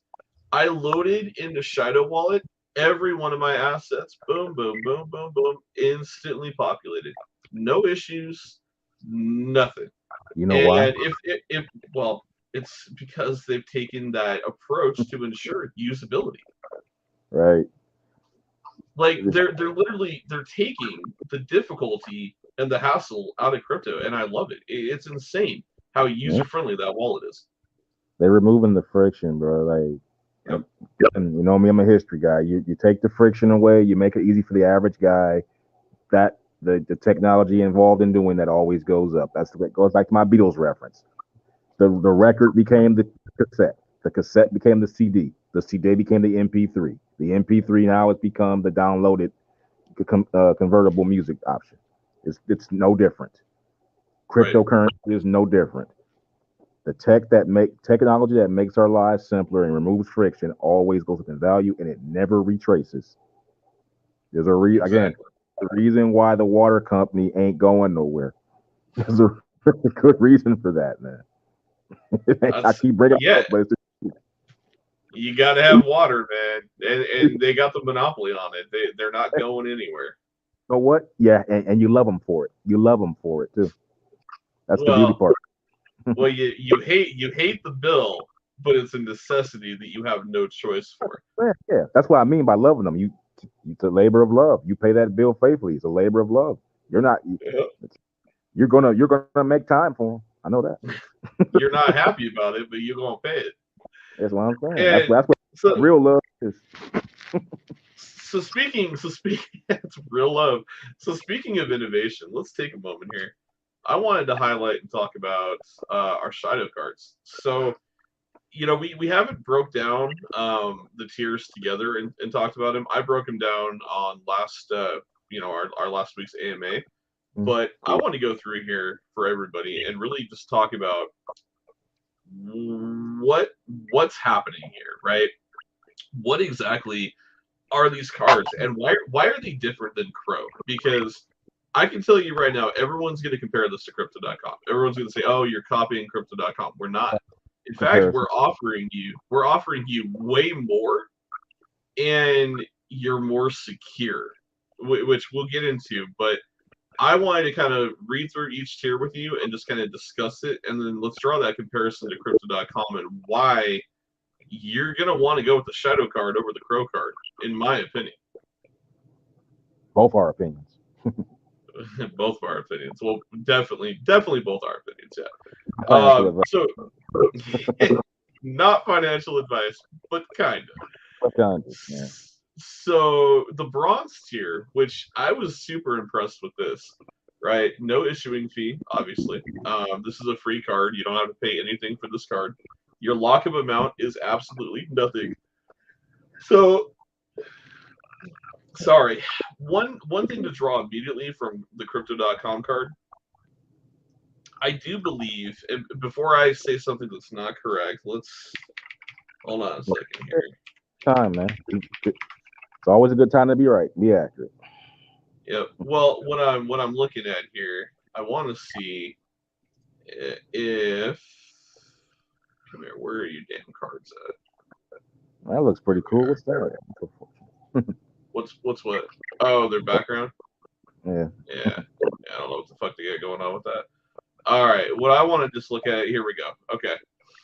So to get their entry level card, which looks like the Midnight Blue, okay, you don't have to stake anything. All right. So I'll give them that. So like Shido, you're not going to have to stake anything to get the entry level card. Your lockup is 0, nothing staked. It's virtual or plastic. Crypto.com. I believe they offer you a virtual card. I don't know for sure on that. I would assume they would. But if they don't, then that's one thing to consider with Shido. However, you're going to get 24-hour phone and chat support. I don't see anywhere listed here that you get 24-hour chat support, which is kind of alarming to me. I don't see anything about 24-hour support on any of these cards. I would assume that there's probably something somewhere. But what I will say is right off the bat, with our card, you're going to get 1% cash back in Shido. Crypto.com, you are getting absolutely nothing on the entry level cash back. Sada, nothing. So if you go through Crypto.com, not only do you have to have your assets on their platform in order to do any selling or trading, which with where centralized exchanges are today, that's very alarming, especially for me. I just wouldn't. I just incompetent. I can't do it. But not only that, but you don't get any cash back. Our Shido card, right off the bat, the free tier card is going to give you cash back, 24-hour phone and chat support. Like, come on. Tell me that's not freaking super bullish, right? Then let's look at the Shido Silver card. So tier 2. So tier 2 for Crypto.com, you have to stake $400 in USD. For us, we ask you to stake $500. The difference here is you're staked on our platform in your decentralized wallet, meaning that it's your keys, it's your crypto. Crypto.com, you were staked on the exchange. And if something happens, best of luck to you. Now, outside of that comparison, our lockup is 30 days. You can get a virtual, plastic, or aluminum card. All of theirs are steel, so all kind of the same. You're going to get 1% cash back in Crow. For us, you're going to get 2% cash back in Shadow and 24-hour phone and chat support. And you're going to get discounts on key products and services. The only other thing they're going to offer you on this tier is 6 months for free for Spotify. I'm not really interested in 6 months of Spotify at no cost. Like, that doesn't really incentivize me. But the fact that I can get products and services discounted, 2% cash back, and 24-hour phone and chat support, and I've only got to stake $500 in Shadow for an aluminum card, that's really good. What do you think about tier 2? Like, I know I have an idea of where you fall. I'm assuming you're falling platinum. That's kind of because you were saying you wanted the steel card. But what do you think about the tier 2? I think that the Shido card tier 2, as well as tier 1, presents a tremendous opportunity for even the latest investor in Shido. Even people who will be buying this token months after the fact when it runs, they're still going to benefit from this token, this card, because you just said it yourself. I mean, you're getting 2% rewards from it was how much stake? How much was the stake at that time? $500. 500. 500. Remember, $500 worth of Shido. That's all, and you're still getting rewards. And also, now imagine. Oh, go ahead. I was saying, imagine you're the mom, family of 4. You're shopping, week to week. You know how much you're gonna get on your money back? That's a lot of money, man. Yeah. Well, also considering the fact that you're gaining your staking rewards, because this is staked, so you're still getting rewards off that staked amount. You're not getting rewarded for what's staked over here on Crow, as far as I know. There's nothing that says you're going to get rewarded for it. It's just locked. So keep that in mind as we go up these tiers. On Crow, and I'm concerned, is more of a proving ground, in their framework. Whereas ours, like they incentivize you to use it. You're incentivized to use the card. Whereas Crow's is more, we'll give you some things, but it's nothing really. The only thing you're really getting, the real is the service, to be able to take your crypto and go on the dollars in the real time. That's the real service. But beyond that, there's the incentive. Right, exactly. So if we look at Shido Platinum, which is tier 3, right? So we do ask you to lock $2,000 in Shido for 60 days. Let's see what Crow's asking of you. Crow's going to ask you to lock, Jesus Christ, $4,000. And they're only going to give you 2% cash back. They're going to allow your, look at this. See, look at this bullshit. Monthly Crow reward cap of $50. We don't have a cap. So you can only get $50 in rewards a month. So if you spend more, you don't get your rewards. What kind of crap is that? Like I said, not incentivized. And then the only incentivization you're going to get is 6 months free Spotify and 6 months free of Netflix. You get airport and lounge access. Oh boy. Consider me excited.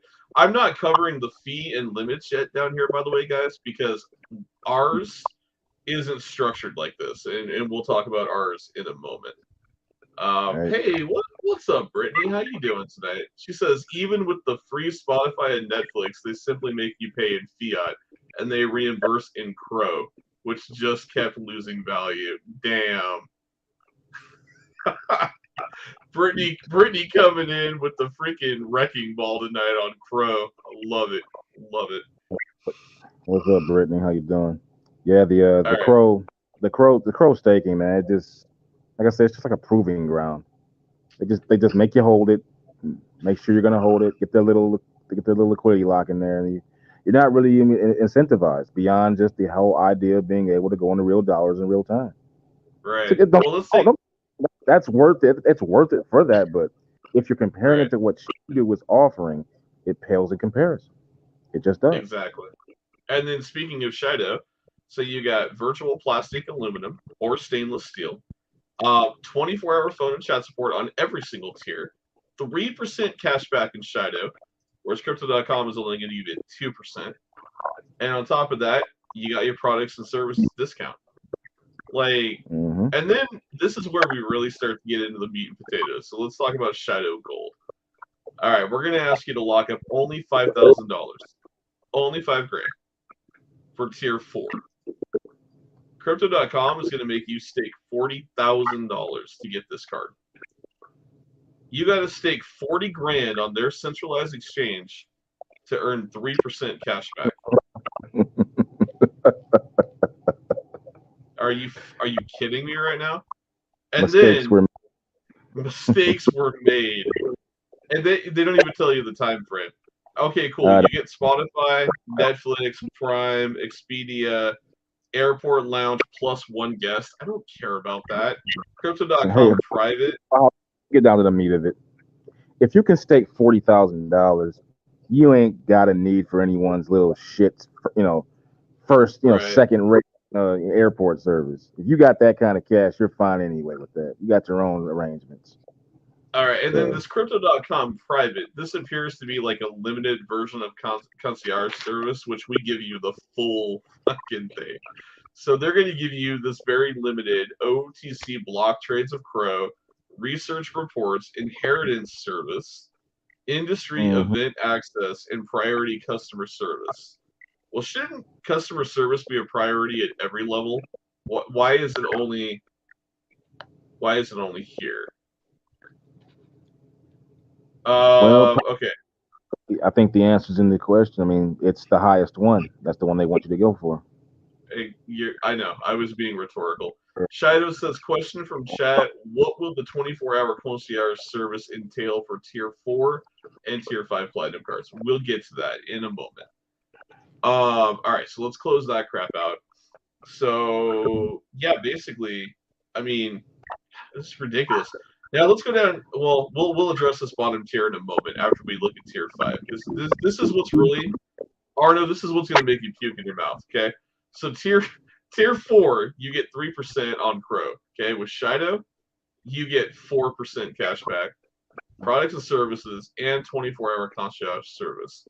Okay, you can also get a virtual plastic, aluminum, stainless steel, or gold-plated Visa MasterCard. Now let's look at Shido Diamond. Now, Shido Diamond is only asking you to stake $15,000 in Shido to receive this. Crow is asking you to stake $400,000. Yeah. $400,000 that you're trusting on a centralized exchange. Hashtag don't rug pull me, bro. Hey, here, let's get. I vetted them about 3 years ago, so I've already been up. I wanted to let you go through all the listings. The real takeaway for me from Crow, and it always has been, and again, I'll say it again, it presents an opportunity to be able to go into real dollars and escape tax situations, which we won't get into right now. But other than that, you're just providing liquidity for them and their little ecosystem. That's what this is. Exactly what you do. It's bottom line. It's exactly. They're taking advantage of your lack of ability to have an off ramp and leveraging it to have their liquidity pool be reinvigorated. That's what it always has been, in my view. In my view, it's always been that way. I don't agree with you, or I'm sorry, I don't disagree with you in any form or fashion. What I will say is, so for your $400,000 stake, you get a whopping 5% in Crow rewards. With us, you only got to lock it for 120 days. God knows how long it's locked in Crow. Virtual plastic, aluminum, stainless steel, gold-plated, or 24-karat gold. 24-hour phone and chat. What's up? I believe it's 6 months, Valhalla. Is it 6 months? Fuck that. Yeah. Hell no. No. I'll Google it and find out. 24-hour phone and chat, but the big one, 6% cash back on Shido versus 5%. Products and services and 24-hour contract. It's been a long time since I've been on Crow. It's insane to me, man. Shido, let him know. I will get to that question. I will get to this question momentarily. Because concierge is kind of a different conversation, right? It entails a lot. So basically, anything that will happen while you're traveling, they're going to take care of. So we're talking first class flights. They're talking taking your luggage to your room for you, bringing your rental keys in your car to you, polishing your damn shoes if you ask them to, bringing your food to you.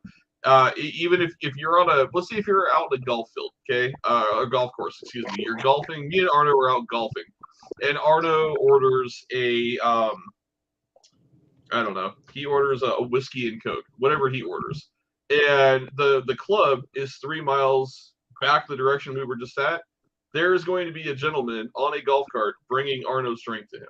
That's concierge service. That is what happens with these exclusive resorts. No matter where you go, they are going to cater to you hand over fist from top to bottom. What I will say is you better tip them well, because they deserve that from you.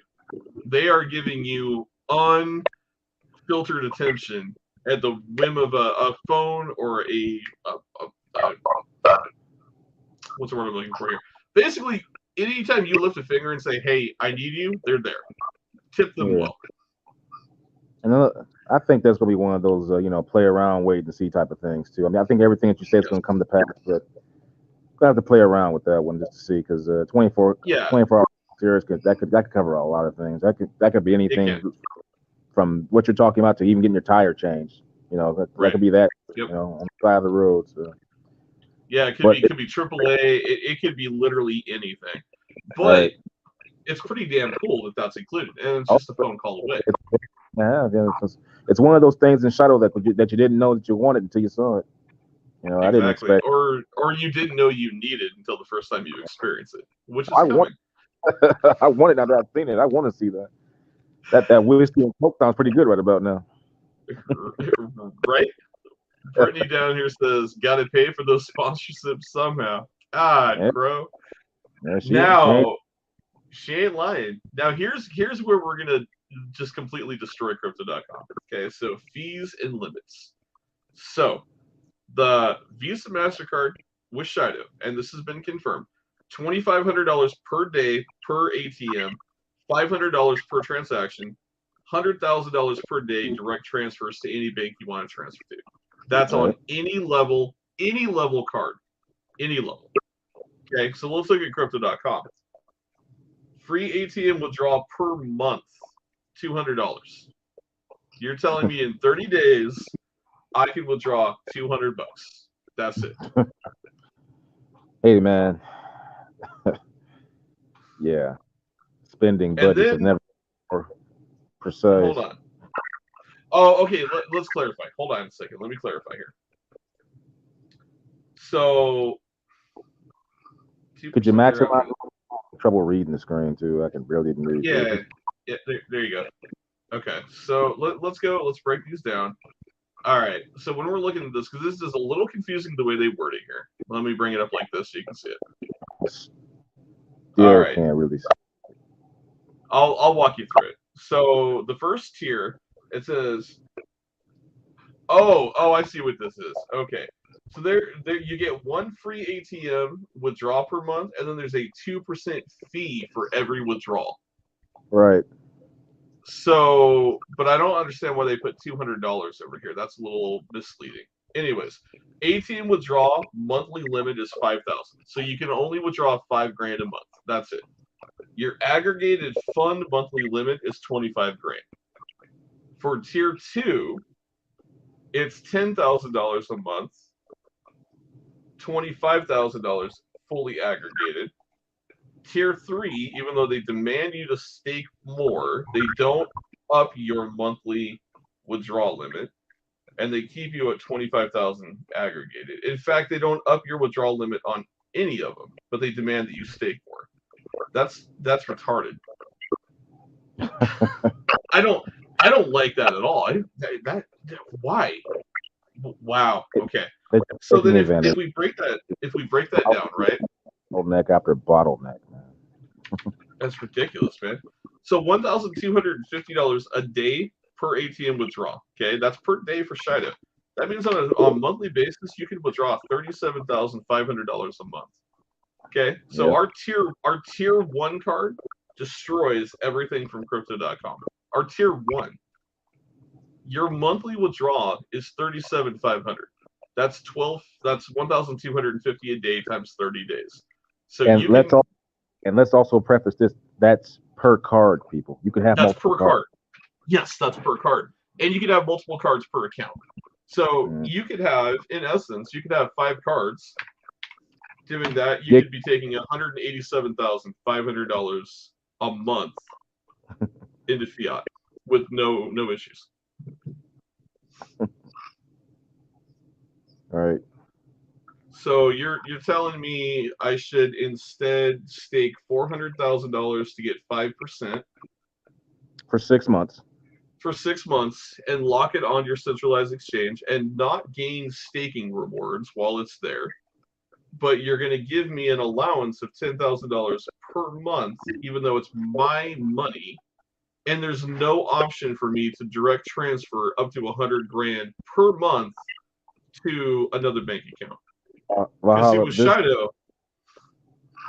This is the reason why finance is needed. This is exactly the type of practices that centralized exchanges do. They're taking advantage of the lack of off ramps that people have with money, and they enforce these. You see this? There's literally no advantage to this versus what Shido is doing. I mean, come on, man. $400,000 for 6 months locked up, no staking rewards, 2% tax on all transactions. You only get like I can't even see it. Whatever it says, it's not enough. I can't even see what it says. It's not enough. Whatever it is, it's ludicrous, bro. Whatever that daily limit is, it's not enough. I can't even see what it says. It's $10,000. Not enough. Daily limit. And for 6 months, and I'm only getting 10 a month. Fuck off. Yeah. Or no, I'm sorry. Your daily limit is 2, 4, 8, 1,000. Your monthly is 5, 10, 10, 10, and 10. So your daily limit is seriously restricted on a withdrawal basis. But I'm assuming you could pay all you want, but you can only withdraw up to so much per day on this, which is way under 1,000. And then per month you only get a limit. A monthly limit of 10,000. On every tier but the first tier. The first tier you get a monthly limit of $5,000. I'm talking about the $400,000 because let's be honest, we're looking at the big ones here between me and you. Right. Come on, 10,000 a month limit. That's it. That's it. Fuck off, man. Right. That's what I'm saying, dude. Not enough. They're just taking advantage of the lack of off ramps. That's all they're doing. Once the off ramps start to emerge, and they will, you'll watch Crypto.com come with some of the most generous, incentivized plans that you have ever seen. Watch. Well, yeah, because they're going to have no choice. They have no choice. Or they'll go the way of the dodo. But the problem is, in my opinion, the trust is gone from centralized exchanges. Like it just is. And you're going to start to see more projects. They're going to see what Shido does, and they're going to go, okay, we need to follow suit with that. And they're going to come out with their own cards. They're going to come out with their own products and services. And Crypto.com is going to be left holding the bag. Nobody's going to want to put their money in a staked platform where if you go belly up, you can take all of their assets. I actually have a theory, Valhalla. I really do believe that centralized exchanges will actually become decentralized in a way to stay alive. They will actually go that way. I believe that they will. They'll, in order to stay competitive, they'll go ahead and start taking DeFi aspects and start applying to their exchanges to try to keep themselves. It won't be an overnight thing, but you'll slowly see them start to add decentralized finance options to their exchanges, and I hope to stay alive. Once decentralized finance really starts taking place with other options, with wallets beyond just that of Shadow, because they're going to be more. They're going to try to copycat and do this. It's just the way we're going to go. And these centralized exchanges like Crow will try to follow suit, and they will try to stay in business. They'll never go completely DeFi because they want to make money. You have a centralized governing body of individuals who want to make money. But in doing so, they're going to try to go ahead and give you the illusion of being decentralized. Well, and then you have to ask, how is that going to play in with regulation? Because if they're a centralized exchange, they're adherent to their country's laws. So somewhere, somehow, regulation is still going to come down the pipeline for them. That's saying in order they're going to elevate. Like for instance, they might employ wallet connects instead of putting your money on the exchanges. Simple thing you thought about, like instead of having to come to their exchange with you can go ahead and just wallet connect there.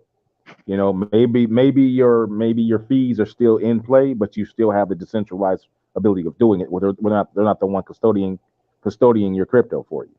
Things like that, that's what I'm talking about. But they'll never go completely, They'll give the illusion that they are to try to stay competitive. Right. That's why I see happening, man. Crazy, dude. That's insane. they're like little ratty. Like, oh, wait a minute, man. It's like that guy that is in the street with the overcoat. Opens the coat up. Hey, man, I got everything you need here. He's got he's got gold forks. Your fine china, whatever the heck, gold watches. I got everything you need. Yeah, fucking you ain't got shit. Well, the last thing that I would say here, guys, is again, if you have not applied for this insanely bullish card, you need to get down here and do this. I'm going to take the link and put it. No, I'm pretend. Give me a moment here. My ass was like, boom, boom, boom, boom. Oh yeah. Oh, I had my shit done. Like literally, the second it was announced, there was no hesitation. No. I'm at least. I got bad internet, so that's the only reason.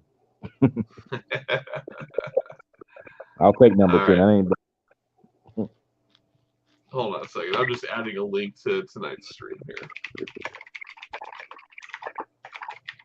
This is definitely a milestone for us. This is the longest one we've ever done. God damn, you're telling me, man. It's a marathon stream. Well, we had some points, and we had some hashing out to do tonight, and I think we accomplished both. I'm really impressed with the way the stream went down tonight. Mm-hmm. So, but coming up on that, I mean, it's almost 1 a.m. your time. I'm gonna let you get some sleep, and it's definitely pushing time 11. Is definitely today's time. Okay. Yes, it is. So we'll do what we do with every stream. Let's do the final thoughts, and let's wrap this one up. I'm gonna let you go first. Jerry Springer, huh? Jerry Springer time. Jerry Springer time. You got it. Final thoughts. Well, at this point, man, I pretty much said everything I had to say. I mean, every live stream, I say the same thing verbatim. I'm just gonna say it again. Educate yourself about what cryptocurrency is and what drives the value. Understand the differential between popularity and utility. Both are important in life, but one burns out faster than the other, while the other one has steady, slow growth. And once it gets to where it goes, it never loses it. Right. So I'll end it with that. Keep it short and sweet. No, I like it. I was hoping you were going to go a little bit longer. I'm still trying to straighten out my freaking my damn windows on my monitor. You heard me say everything, and you know pretty much everything, every one of my catchphrases.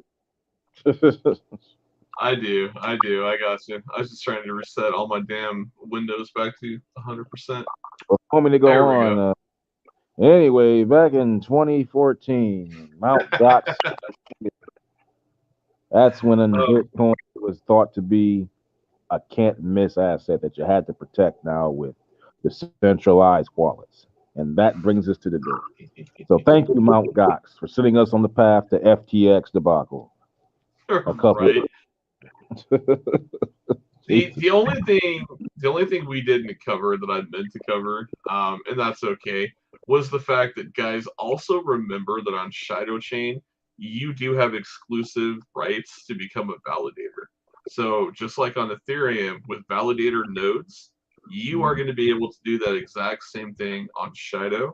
I'm going to link another article just about validators and what they do. I would encourage you guys to go click this link. Give me a couple seconds while I add this in. I can go ahead and speak on that real quick, shortly about validators. Speak on validators. Yeah, since we're doing that, it goes back to what I was saying about utility stress and validation. And a validator node, essentially, you're just responsible for confirming transactions along the chain. Now, in doing that with staking your tokens and being a validator, having a validator node, you're going to want to do that because the earlier you get in on that, the premiums are going to be fast and they're going to be extraordinary. I don't need to tell you that the validators of Ethereum or any other ones that have become in the beginning are making bank on top of bank, despite whatever the spot price per token is. Do you think that they're caring? You think the validators of Solana are really caring that the price has tanked as much as it has? Probably not as much as those who are just holding the token. That's all I'll say. They probably care a little bit, but they're being compensated in ways that can't even be expressed through just regular trades. I mean, you can talk about trade value all you want to, but when you're making money through being part of the ecosystem, that's a second level of growth. That's almost like that's tantamount to having that's like having a distribution contract with Amazon. Like no matter what Amazon does in their business, what they're moving, you have a contract to help them move their product, no matter what that product may be. So you're going to make money regardless of what they're moving. It could be anything from, you know, rose-colored China doll hats, but you're getting a piece of the action because you're moving it for them because you have a contract with them. So that's the same. That's what being a validator is. Doesn't matter what their stock price is doing. You're helping them move their stuff. You're getting paid. Right. Feels good to be a validator. So, guys, I tagged an article just kind of talking about what a validator node is, what it does. Seriously, Shido community, you guys are the most informative community I've ever been blessed to be a part of. I would encourage you, go click down there and read on validation and what it does for you, because you're going to have that opportunity. Anything else you'd like to close with, Arno, or are you good? Just that I want to second that motion. I think the Shadow community is by far one of the most smart, heady communities I've ever been a part of. I mean, I was a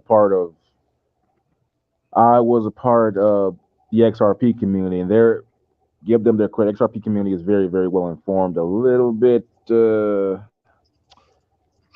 it can be a little bit overwhelming with their emotional ties to it, but nonetheless, they are very well informed, and they will argue opinions based on facts. And I have the utmost respect for that community. Shadow reminds me of that just without all the extra rhetoric. The people I've met and seen in the Shadow community in terms of being able to decipher information and understand what this crypto and what this project is at this juncture is outstanding, because I said it before, and even my man Ace came in here and said it himself. He basically just said, I've been saying crypto shouldn't be boring, it should be entertaining. It's basically what he say. Well, therein lies the problem in your logic. You're looking for something to make you feel good instead of doing the work to understand where things are going. Because in this crypto space, when you're building the framework, it's going to be the utilities that are going to make the most long-term money. I'm not going to say it's going to make the most money. I said the most long-term money. I'm talking about 20, 30 years from now. These tokens, these cornerstone projects, as I call them, will still be here. All of these GoFundMe, Cash Me Out Now tokens, as we want to call them, whatever they call them, they'll make you some money, but they're not going to be here for the long. Just like so many pop icons, they go the way of the dodo, but their music remains, and they just go there and they keep flipping it, getting royalties. That's where the real money's at, and the technologies that put out these things. So other than that, man, just keep staying informed as you people always do. Anyone that watches this video, understand. And hopefully, if you somehow made it to 4 hours of this and watched it all verbatim, then oh Jesus Christ, you a bad motherfucker. That's all. I'm feeling it right now, just sitting here. So. but this is why I love it though, man, because we always bring it home. We always bring it home, Marta. No shape or form do I badmouth another project, but I will say this: talking about facts that hurt your feelings may feel like FUD, but it's not. It's just the truth. And the more you try to outsmart the truth instead of letting it have its day, the more in debt you're going to find yourself. And I'll leave it with that. Yep. Nope, I agree. Closing thoughts on my end. I'm going to echo that. Vault community, guys, tonight should have been a little bit of a wake up for you. I will tell you, we got receipts, but there's no point. There's no reason for me to pull out receipts. I'm not trying to wreck anybody. That's not my intention. My intention is for your leadership to wake up and understand that you're doing more harm to your community by continuing to badger myself and Arno and this community, because what you're doing is the exact opposite of what you're trying to build. Instead of building confidence in your investors, you're actually leading them out the door because they are watching you belittle a project that doesn't actually, honestly, and outside of tonight, has not mentioned your name. But you continue to mention our name. And your investors are watching. And you have some very smart investors in the Volt Inu community. And eventually, they're going to look at a white paper and they're going to make the same decisions if they are paying close enough attention that the two of us did. Those decisions are not going to spur what you're looking to accomplish, right? So what I'm going to say is you will not hear any more from Valhalla Crypto about Volt Inu. You probably won't hear anything more from Arnaud St. Pierre about Volt Inu. But let tonight stand as a testament that we are watching. We do hear what you have to say. We do see the FUD. We do see the constant battering and attacks on this project. And we will defend Shido with nothing but pure, unadulterated facts. And those facts are, we are solving an issue in the DeFi space that is highly prevalent. We are correcting mistakes that centralized exchanges made. And we are bringing crypto back to DeFi. We invite you along for that journey. And I want to see everybody in the crypto space win. I love you all. I want everyone to eat. I just don't want you to eat from my table. And with that, I think that's about all I got, brother. After 4 hours, it better be.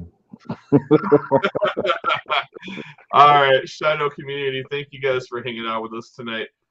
We covered a lot of knowledge. We covered a lot of facts. We broke down the importance of the blockchain. We broke down the importance of this project. I hope you guys are more bullish. For those tech-savvy nerds out there and those diehards that are paying attention, guys, take this dip, take this opportunity, load up your bags. Again, nothing we ever say is financial advice, but it's kind of a beacon, right? It's like the lighthouse in the middle of the ocean that's warning you that the landmass is there. We're kind of over there flashing Morse code saying you should buy more Shido, and that Morse code is telling you, hey, this is a good thing. So take that for what you will. Do what you need to do. Hold your positions. Better your positions if you can. And we will catch you guys in Telegram chat tomorrow. And I do want to let everybody know we will not have a live stream until after Christmas. So from the 19th to the 25th, I have family time. I got family coming into town. I will not be in Telegram very much. I will still check in with you guys. I will still be there off and on, but I won't be prevalent 24/7 like I am currently. I will be back to all of my normal shenanigans, and we will be live again December 27th at our normal time for Shido.Finance and Chill. And Arno, I hope you have a wonderful Christmas, Shadow community. If you guys celebrate Christmas, I hope you have a great one. If not, I hope you have a wonderful time with family, and we will catch everybody on Tuesday, December 27th. We're out. Take care, guys. Good night, everybody.